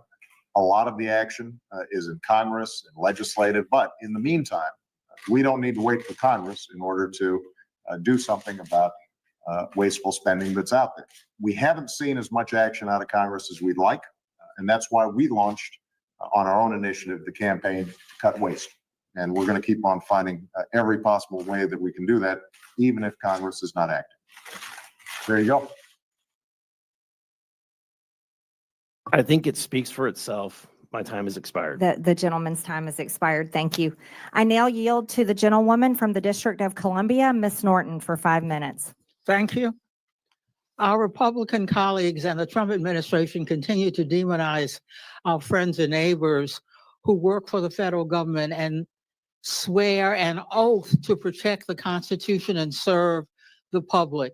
Thousands of civilian federal employees have given their lives in the line of duty for their country. The administration seems intent on dismantling much of the federal government in violation of the Constitution, statutes, and regulations. And our Republican colleagues are letting them do it. They want to gut the nonpartisan civil service and to convert a significant portion of the remaining civil service into political appointees.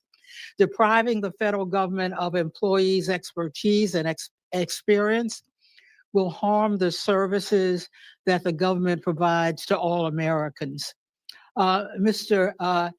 Hetler-Garlett, the administration is attempting to cause a mass exodus from our federal workforce. Will this increase or decrease waste, fraud, and abuse? Thank you, Delegate Norton. I think it's pretty clear that chaos is not the friend of efficiency. If you undermine the very functionality of the government, you're not going to make it more efficient. You're going to make it worse. And it's going to cost even more money to recoup or to fix things that go wrong in the interim. So again, I mentioned earlier that if you care about waste, fraud, and abuse, firing Inspector General doesn't add up. I think if you care about government being more efficient, intentionally creating chaos is the opposite of that. Well, Mr. Hetler-Garlett, do federal employees operate without oversight or rules and regulations? No, absolutely not. They are governed by plenty of rules and regulations. And when there are independent inspector general at the agency they're supposed to be at, they also have a cop on the beat making sure that they do so. I want to highlight some stories demonstrating exactly the kinds of federal workers the administration is trying to force out.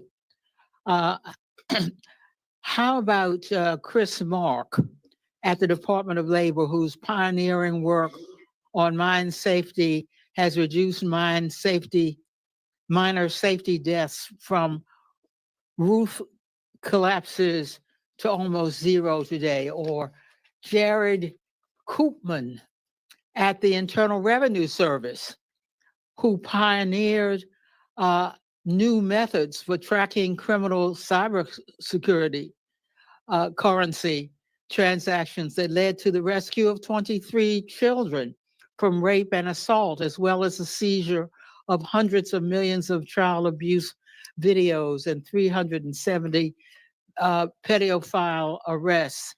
This work also prevented funding from going to terrorist groups. Or Ronald E. 210 pedophile arrests. What the hell, dude? Come on, man. Pedophile? What the hell? Walters, who Jeez. manages the 155 national cemeteries around the country and tends to the resting places of almost 4 million veterans. These are just a few of the federal workers who serve Americans every day. The workers are wildland firefighters, border guards, doctors, nurses, food inspectors, air traffic controllers, and law enforcement that do their civic duty, often despite the fact that they could make such more in the private sector. Thank you, and I yield back. The gentlelady yields. I now yield to the gentleman from Georgia, Mr. Jack. Well, thank you very much. Thank you very much, Madam Chair. And I want to also thank you for convening this hearing. I think it's incredibly important. And I want to thank our witnesses for appearing before us today. Like another member of this committee, I too was once an employee of the Executive Office of the President. I worked in President Trump's White House from the very first to very last day of his first term, and I saw firsthand how entrenched and resistant the federal bureaucracy was to his agenda. So it's no surprise that today a few of my Democrat colleagues have continued that trend by using their time to bash Elon Musk instead of discussing ways to work together to advance a bipartisan cornerstone of President Trump's agenda, the mission to finally eliminate waste, fraud, and abuse. And I just took a rudimentary count of the Dems testimony, or rather comments today, and I've got 27 mentions of Elon Musk and 3 mentions of waste. And I don't know if that's in fact the right count. Encourage anybody to fact check me, but I think it illuminates and illustrates one of the problems that we're facing, which is a lack of bipartisan effort to address these critical things that, waste, fraud, and abuse is something that should be bipartisan. The chair noted that in her opening remarks. Now, Madam Chair, you know how much I enjoy studying public opinion. So with your approval, I'd like to enter into the record the CBS News poll from this past weekend, conducted February 5th to 7th, 2025. And I'd also like to illuminate 2 findings. First, 70% of Americans, Democrats and Republicans included, believe President Trump is already doing the job that he was elected to do, which is interesting because I have an article here from CNN from September 2024 that notes Trump says Elon Musk has agreed to lead proposed government efficiency commission as ex-president unveils new economic plans. So he is doing exactly what he said he would do by empowering his administration to root out waste, fraud, and abuse. And that's exactly what we're trying to do here today. I'd also like to note one interesting statistic from that. 62% of Americans want Democrats in Congress to work with us to advance the priorities that President Trump was elected to govern on. So I think those are 2 stats that I hope everyone pays attention to. But to ask questions of our witnesses, I'd first like to start with Mr. Talcove. One of the things that I found very interesting from your opening testimony is you talked, and I think you engaged with Mr. Burchett on the 1974 Privacy Act. And I had some interesting folks visit my office yesterday who noted that 1/3 of all prior authorizations are still done manually by phone, fax, or direct post mail. First off, would love your comments on that, and I'd also like for you to expound upon some of the solutions that we can deliver to this Congress in modernizing that 1974 Privacy Act. Yeah, these aren't people problems. These are technology problems. You can't process the number of individuals that are accessing our systems person by person. It just takes too much time. So by updating the 1974 Privacy Act and allowing for digital matching, you would have very quickly realized that a large portion of the PPP loan funds were going to the wrong person. You would have been quickly able to match. And I think the number was 20% were on the do not pay list. You can't expect people to do what a machine, and especially AI, can do today. Fair enough. Thank you very much for that. And if I can also ask Mr. Whitson, I think we share a common interest, which is to move departments and agencies outside of Washington, D.C. It's something that I campaigned on, something that I helped President Trump effectuate in his first administration. And I have to imagine that if we have departments and agencies outside of D.C., if we've got a workforce that's more reflective of the balance that America is, we at the same time too could potentially root out some of this waste, fraud, and abuse by enabling other Americans, other citizens of our country to help advance some of these issues. So would love your commentary on that before my time expires. No, I think you're exactly right, Congressman Jack. And so I think, you'd save a lot of taxpayer money. So building a headquarters in downtown DC versus Huntsville, Alabama, you're going to be able to save a lot of money. Number two, you're actually going to make life better for the employees as well. So that's a point that's also missed a lot, but commuting into DC versus being able to go somewhere else where it's a better cost of living and things like that might be better for the folks.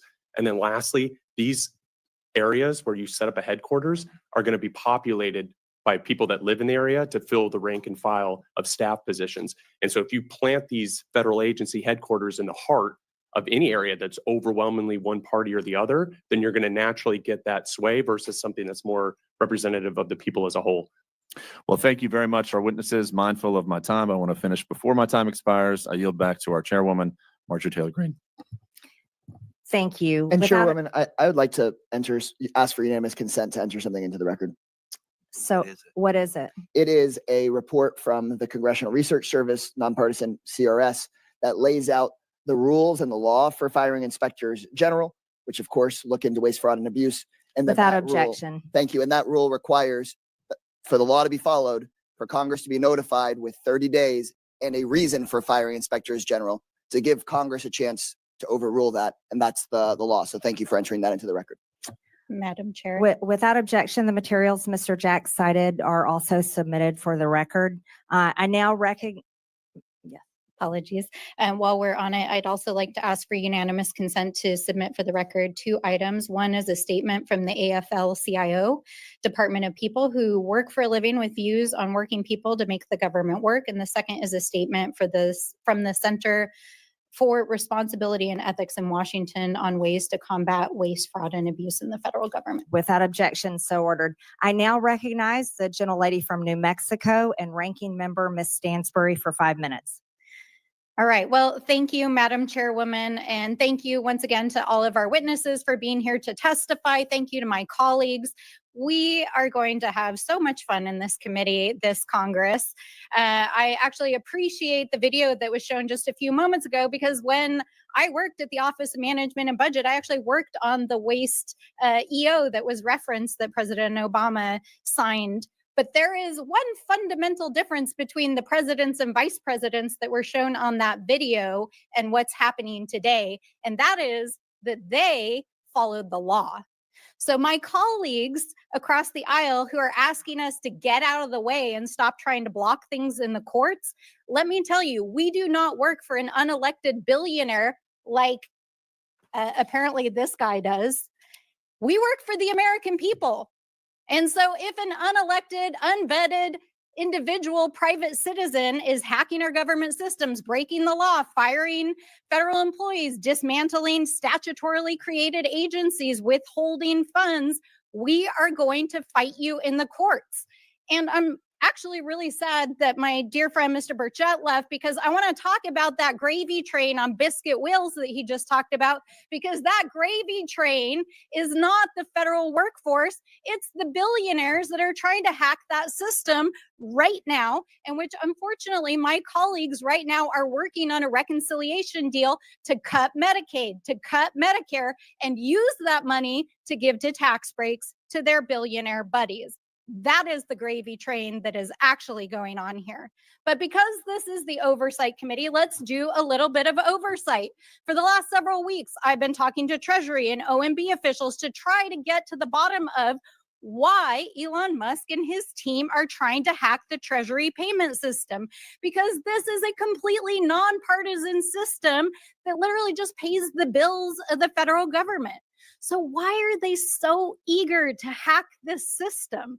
And I have to say that over the last several weeks, we have literally received thousands of calls in every single congressional office. In fact, we know that our friends across the aisle are also receiving these calls because this system pays the bills of the US government. It pays our soldiers. It pays for the work that we do overseas. It pays your Social Security benefits. It pays your tax refunds. So why is Elon Musk and his hackers trying to access that system? And why did a senior civil servant who had overseen this system for over 30 years get asked to stand down after a 25-year-old intern working for Elon Musk tried to get access to the code for that? Maybe because they're totally incompetent and they're covering up a lot of evidence because these people that your Obama and Biden put in charge of these agencies are guilty of waste, fraud, and criminal abuse.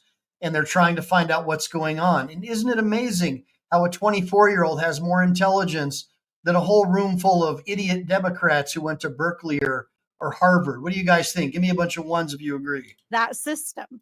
Now, thankfully, they were shut down in the court system, but Musk has installed, with the president's blessing, one of his Silicon Valley buddies, who I want to point out, in which the media has not paid a lot of attention to, is the CEO of a private IT company, including Citrix, that has millions of dollars in IT contracts with the federal government.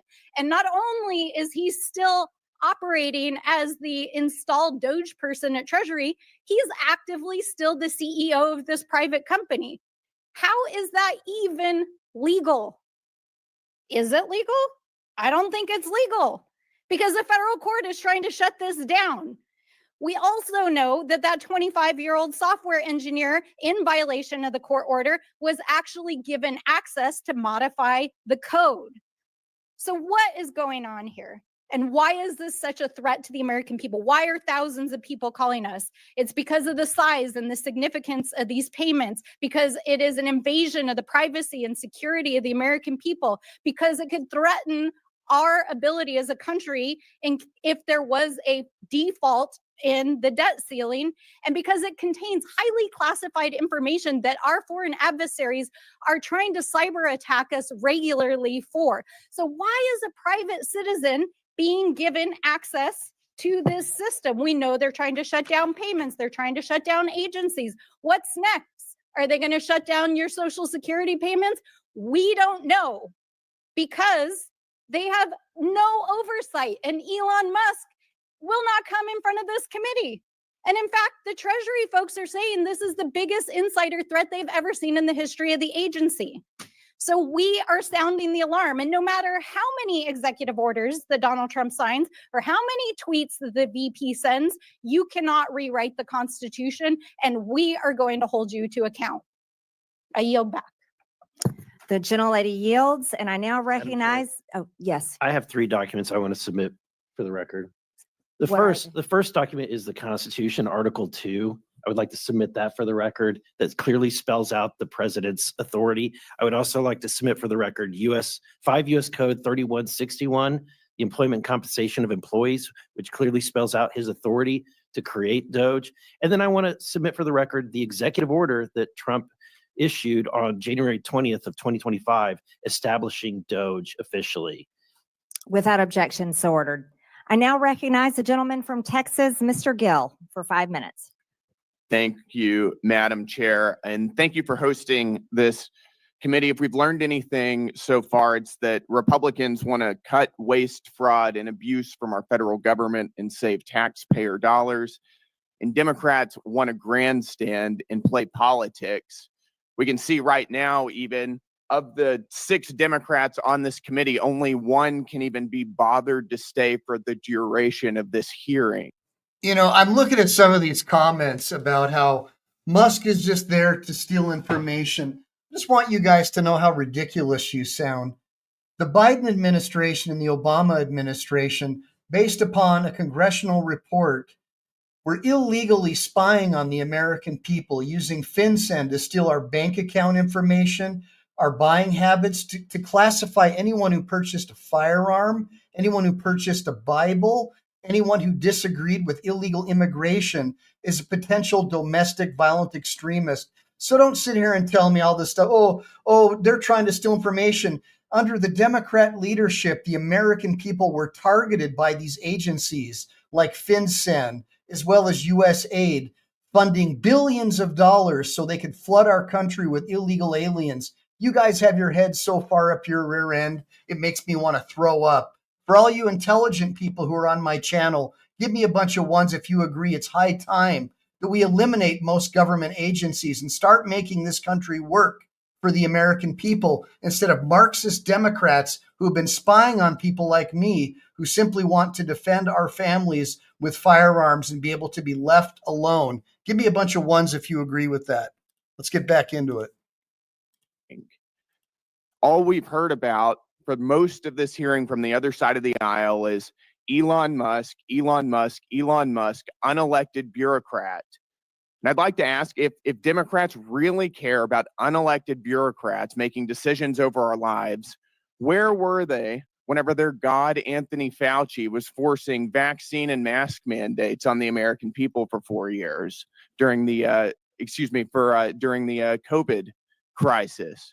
Where were they whenever unelected Alejandro Mayorkas was facilitating the invasion of our country by illegal aliens who were murdering and raping and pillaging our people? Where were they whenever the Secretary of Education, unelected Cardona, targeted states and schools and people who were disagreed with his view of the radical left's transgender ideology? Where were they whenever Gary Gensler, former chairman of the SEC, also unelected, was lawlessly thwarting the development of financial markets, particularly in the crypto space, by lawlessly pursuing regulation via enforcement? They were nowhere to be seen because they don't care, because all of those things benefited their side of the aisle at the expense of ours. And perhaps that's also why they don't seem to be very interested in rooting out improper payments from our federal government. If you wonder why so many people are cynical about American politics, this is it. This is exactly why. The reality is that Elon Musk serves as an employee of the president, and we were given a massive mandate to carry out what he's been doing.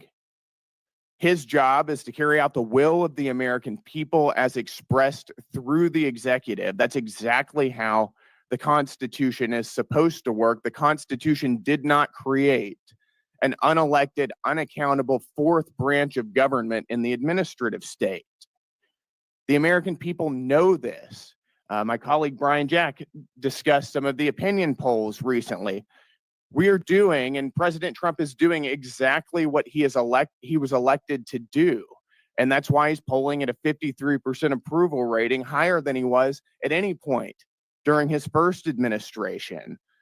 Even Elon Musk and his DOGE efforts now are polling at a 49% approval rating, which, just to point out, is 16 points higher than President Biden was polling at whenever he finished his term in office. The Democrat Party has for decades systematically grown and weaponized the administrative state against the American people, and the American people have had enough of it. That's right exactly now we're talking right. about 2.7 trillion dollars in improper payments since 2003. We're uncovering what could be the biggest money laundering scandal in American history. And the other side of the aisle could care less. They have no concern about where this money went, to what entities it went, to what governments, to what people or groups. Nothing. All they want to talk about is Elon Musk incessantly. So it does make me wonder, if they don't care about where it's going, do they have an idea? Because what we've uncovered so far is that so much of the waste, fraud, and abuse of our federal government is actually funding their side of the aisle. It's funding media outlets that are running cover for Democrats routinely.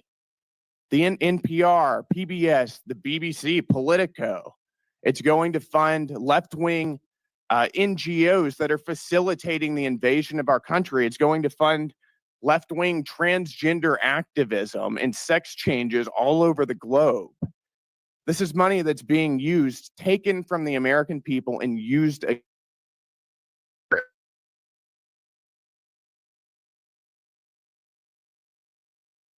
Hold on, let me try to find out what's going on. I'm here, guys. very excited to be on this committee. I'm excited to expose cover for Democrats routinely. Sorry the about that, everybody. NPR, PBS, the BBC, Politico. It's going to fund left-wing NGOs that are facilitating the invasion of our country. It's going to fund left-wing transgender activism and sex changes all over the globe. This is money that's being used, taken from the American people and used.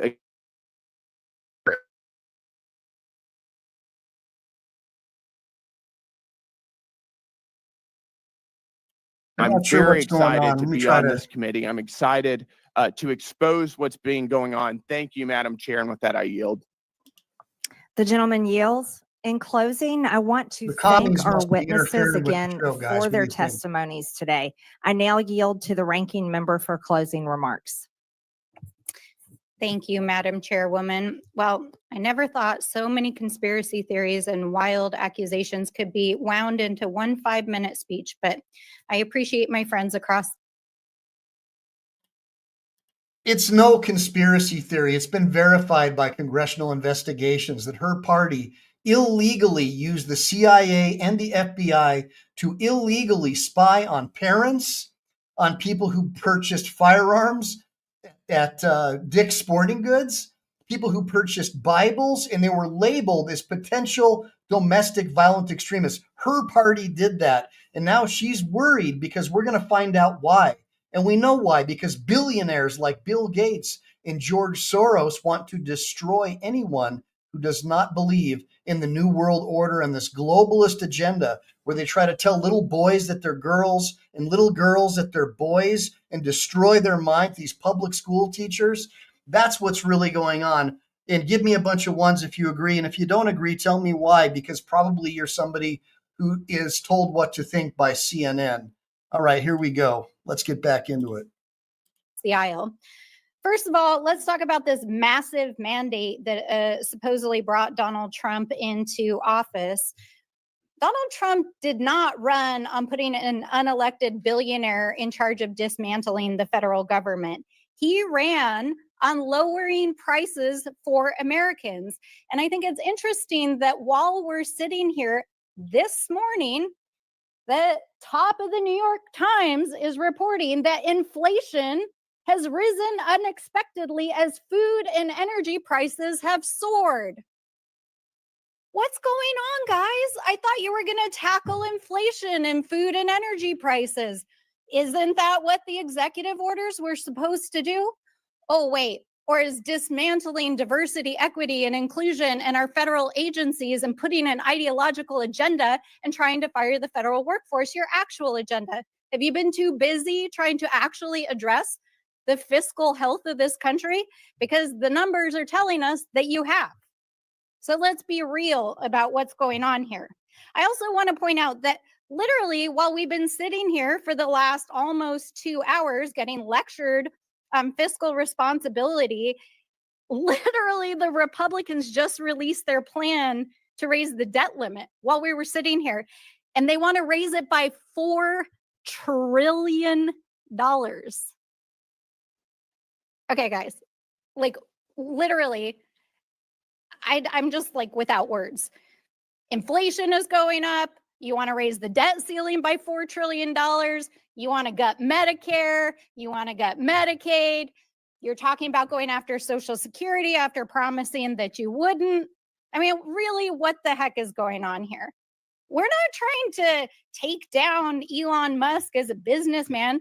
This dude is literally breaking the law inside of the federal government. And for a party that is supposed to be the party of Okay, that is an absolute lie. The Biden administration has been illegally targeting Tesla and Musk ever since Joe Biden took office.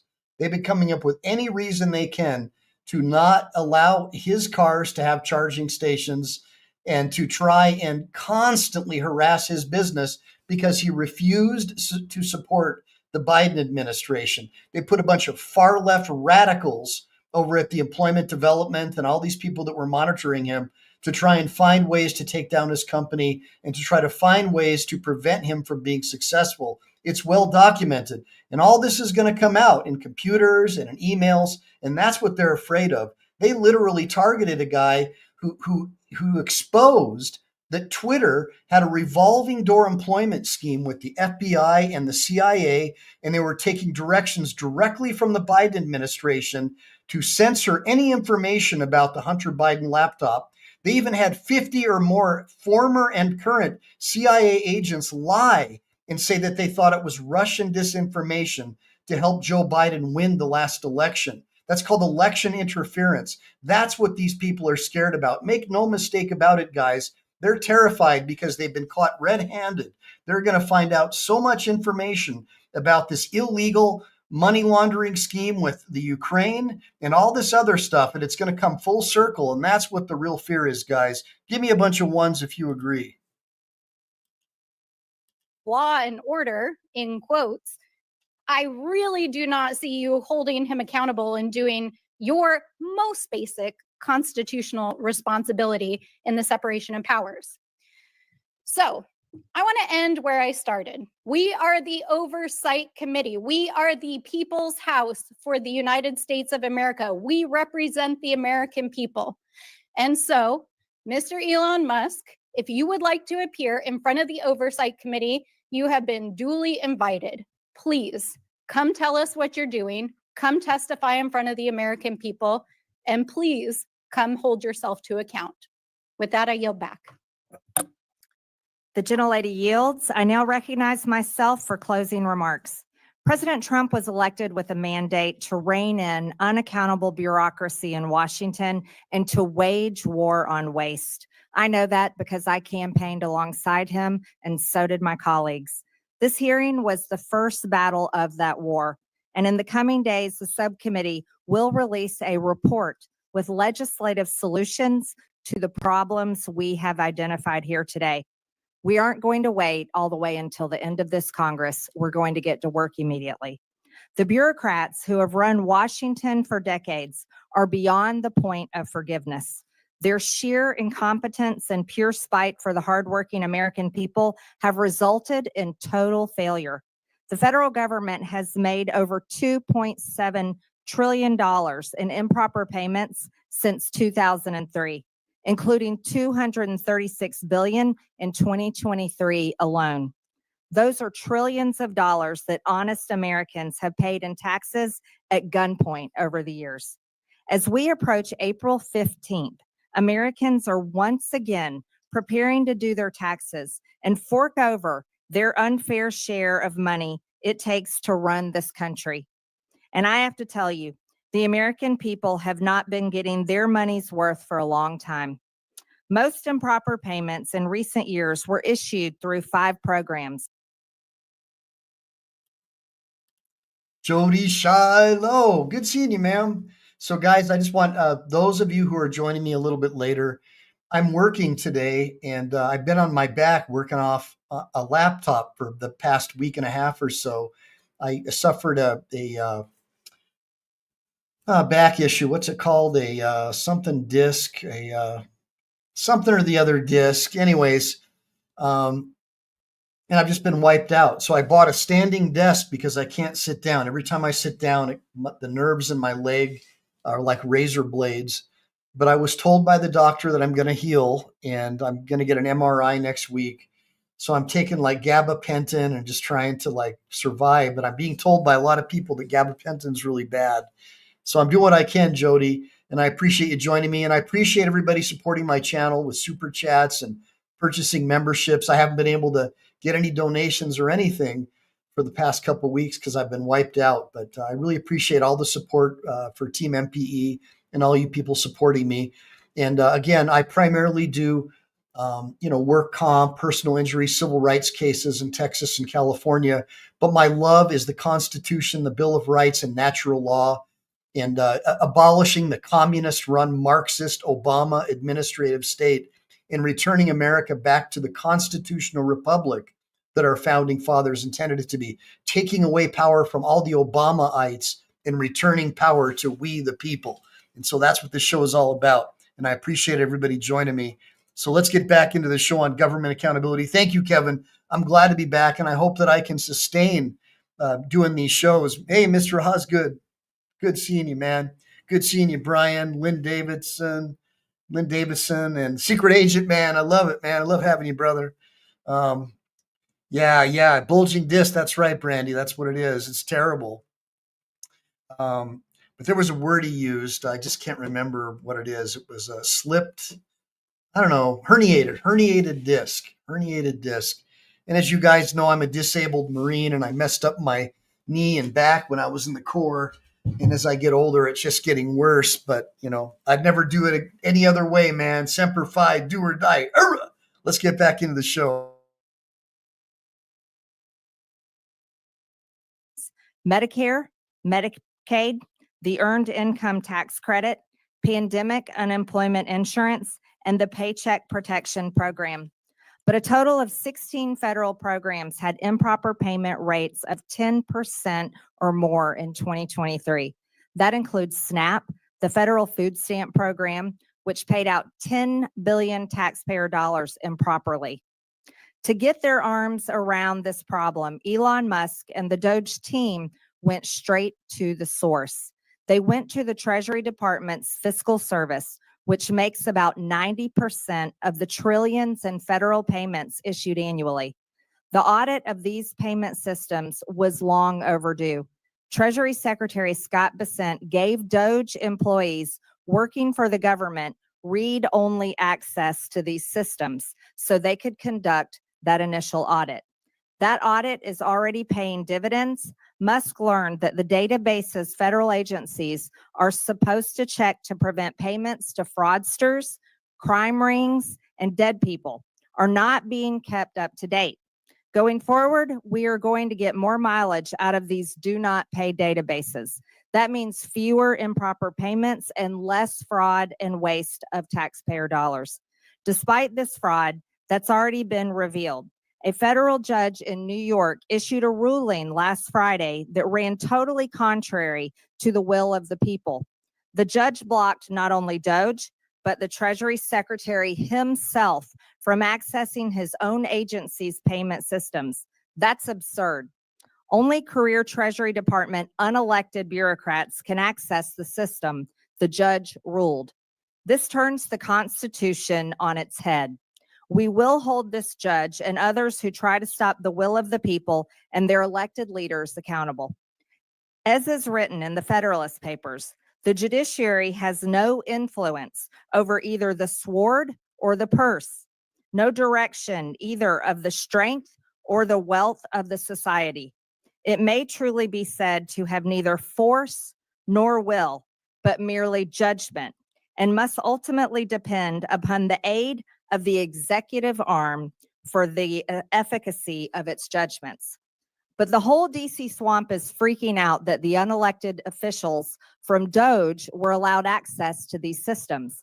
That makes no sense. Federal judges were not elected. The Treasury bureaucrats were not elected, and they have failed to fix the problem that is enabling American taxpayers to be robbed. So why not bring in skilled outside experts like private companies and private citizens who are successful in the real world to do everyday work that we need to get done here, like audits? Of course, federal payment systems are only one link in the improper payment chain. We need to look at other links in the chain. We need better front-end identify verification to screen out fraudsters, and we need to close eligibility loopholes. That means not letting applicants self-attest to their own eligibility. And it means ending categorical eligibility, which lets someone who fraudulently qualifies for one federal benefit automatically get other federal benefits. Finally, we need to better coordinate fraud prevention efforts between federal governments and the states. These are all issues that we will be taking a hard look at in this committee and coming up with solutions to, including legislation and referrals to committees of jurisdiction that will deliver for the American people. With that and without objection, all members have 5 legislative days within which to submit materials and additional written questions for the witnesses, which will be forwarded to the witnesses. If there is no further business without objection, the subcommittee stands adjourned. All right, guys. So that was pretty much the whole show, and I'm just trying to wrap up some stuff at work, so I don't really have anything queued up. And I know there's only like 38 people in here, so it doesn't look like it's a really, really big shoe. But I'd like it if you guys would give me some recommendations for other materials you'd like me to cover in the daytime when I'm working. Again, I have to take my son to judo tonight, so I can't do an evening show. So I'm trying to kill 2 birds with 1 stone. And I can't do the full Chili de Castro blow by blow because I'm trying to work and support my family. But I do miss you guys, and I'm super grateful that you all joined me, at least the loyal people. And I appreciate all of the super chats and the donations and the purchases of memberships. It really means a lot to me that you're supporting my channel. And I do promise once I get enough paid subscribers, I'll start doing some private showings where we discuss legal issues and things like that. And by the way, if any of you guys want to learn about day trading, about the whole Bitcoin micro strategies and stuff like that, let me know. I've been able to make a couple $100,000 doing day trading off of an E-Trade account, and I'm having a lot of fun with it. And I'm not the smartest guy in the room, but I am somebody who's very persistent, and I'll never give up. So if you guys are interested in learning that kind of stuff, let me know. I'd like to teach you guys how to be self-sufficient and not have to rely on the government. So now that's the thing. I want to form parallel systems, and I want to teach you guys how to know the law and mean to keep it well, because we never know when the thought police are going to shut down this channel. And we know they want to. They've already tried before. They don't like me talking about vaccines and any of that kind of stuff, man. They'll immediately hit you with the disinformation label, so you got to be super careful. But hey, right on, Grateful Dabs. Dude, for sure. Let's talk about it. Grateful Dab says he's got some tools to help improve trading. I love that, man. So far, what I've been doing, guys, is I've been doing the MSTY and MSTU, waiting for Bitcoin to dip, buying at the dip, and then selling it. And I've been doing that every couple of days, man. Some days I could bring in like 20 grand, and then MSTZ as well, right? When it goes down, when it falls, you can buy that, and you can sort of hedge back and forth. So I've been having a lot of fun doing that with these 3-time ETFs. And I think you guys should all learn how to do it and have some fun with it. Silver agent. So I buy gold and silver all the time, physical gold. I think the last gold I bought, I was paying like $2,500 an ounce, and now it's going to $3,000. It's so awesome. And then also investing in physical gold. I think I paid like $250 a share for some physical gold, and now it's trading at like $280 a share, man. I mean, my gains are just going through the roof. And I also, because of the tariffs, I bought a bunch of aluminum, copper, and steel, boom, through the roof. So, just guys, there's so many things we can do together to help each other. And because I want you all to be successful, I don't want any of you to suffer. So I'm trying to think of ways that we can help each other. If you own a business, if you want to be part of Team MPE, I can put you on the michaelehline.com website on the business listings. Anything we can do as patriots to support one another and get away from the communist-run Target and all these left-wing BlackRock and all this crap where they tried to tell our little boys that they were girls, all that crap. Don't do business with people like that, guys. Do business with like-minded people and get off all that garbage, trying to put tampon machines in the boys' restroom. What the hell are these guys thinking?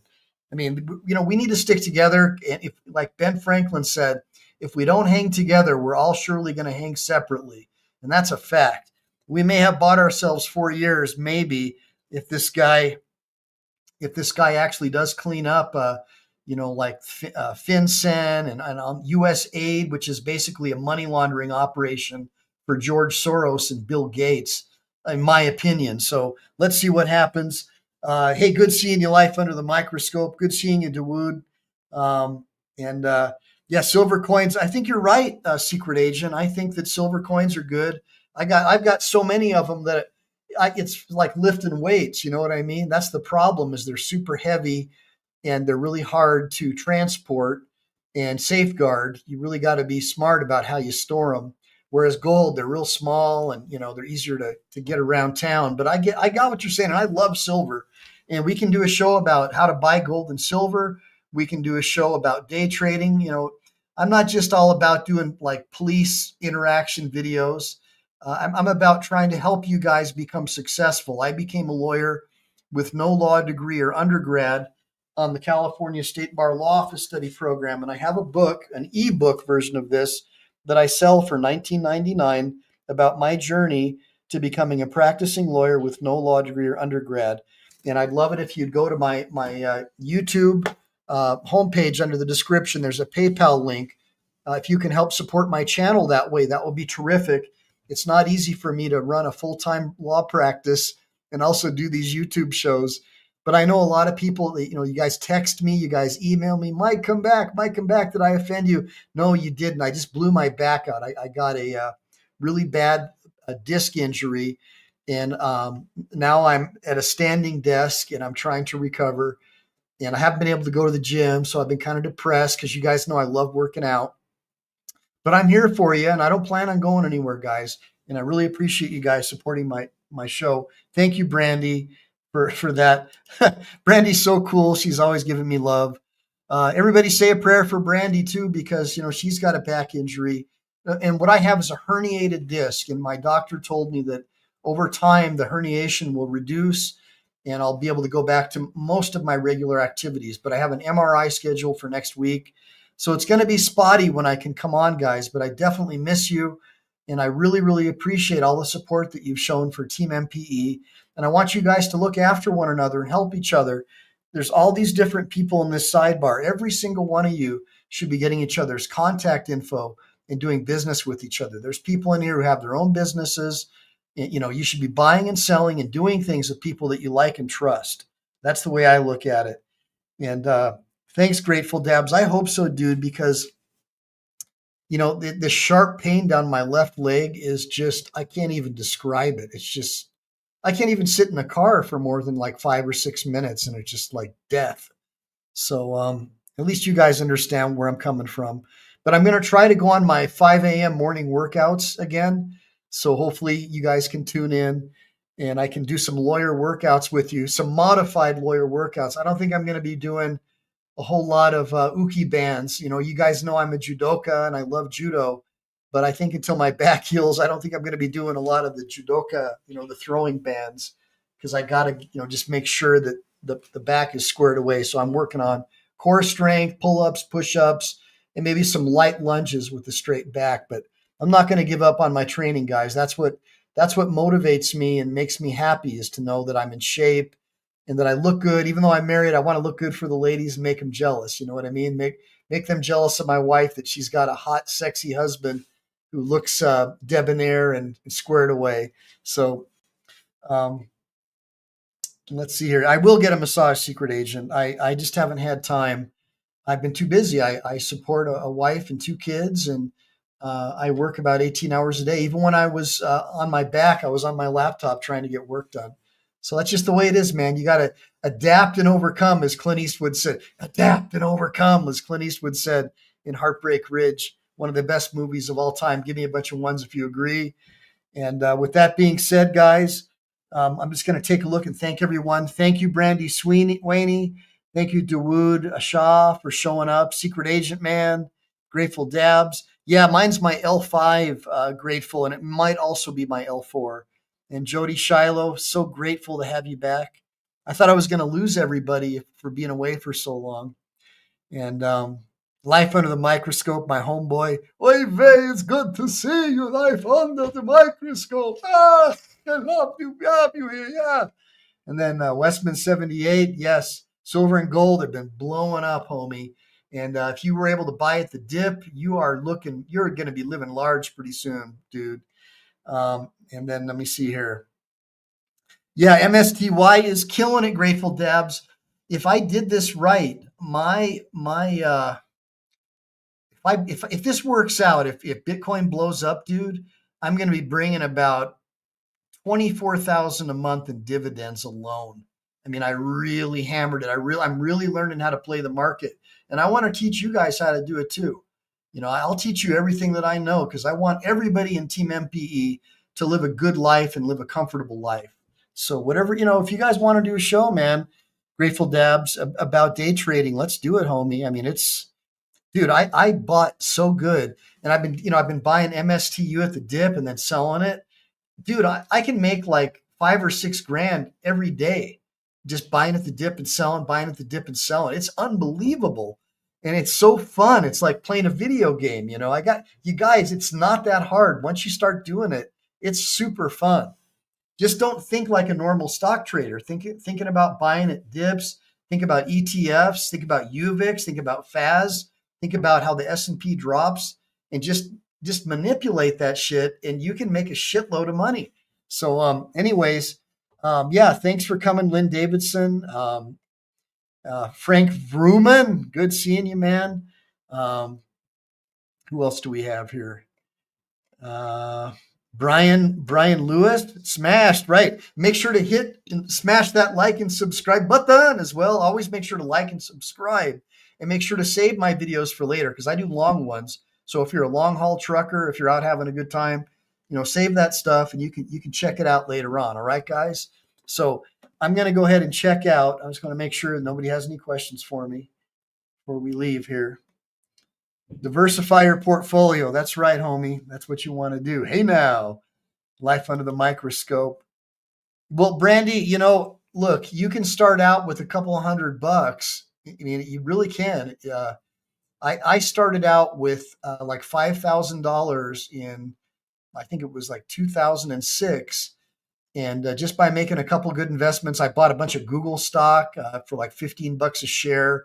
And that went up to a couple $100,000. And then I, sold that and moved on, just, kept on making good investment decisions. And now my portfolio is up to over $1 million in my SEP IRA. And it's going to go super high because of MSTY. And I want all you guys to learn how to do it. Rome wasn't built in a day. You can do it. You really can. You don't have to be rich. So Jody Shiloh, have a terrific, blessed day. Thank you for joining me. And for all you people, like I said, if you want to, yeah, you're right, Grateful Dabs. The dividend is off the chain. One of my Marine buddies who lives over in Bali has been teaching me how to do this. And, I'm telling you, man, I got to tell you something about Marines, man. We stick together and we're not dumb. I mean, we really do. There's something special about us, man. And I want to pass on that special feeling to you guys. So anyways, make sure to like and subscribe.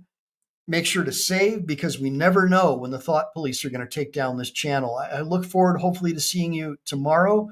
Semper Fi, do or die. God bless all of you guys. Hopefully, we can rip out and root out all this waste, fraud, and abuse that was primarily due to Barack Barry Hussein Obama and restore America back to the American people. Get rid of all these educators and administrators and bureaucrats and make them get real jobs so they can suffer the consequences of what they've been doing to us for the last 10 or 15 years. Roger that. Give me a bunch of ones if you agree. All right, guys. With that being said, Semper Fi, do or die, and I'll see you real soon.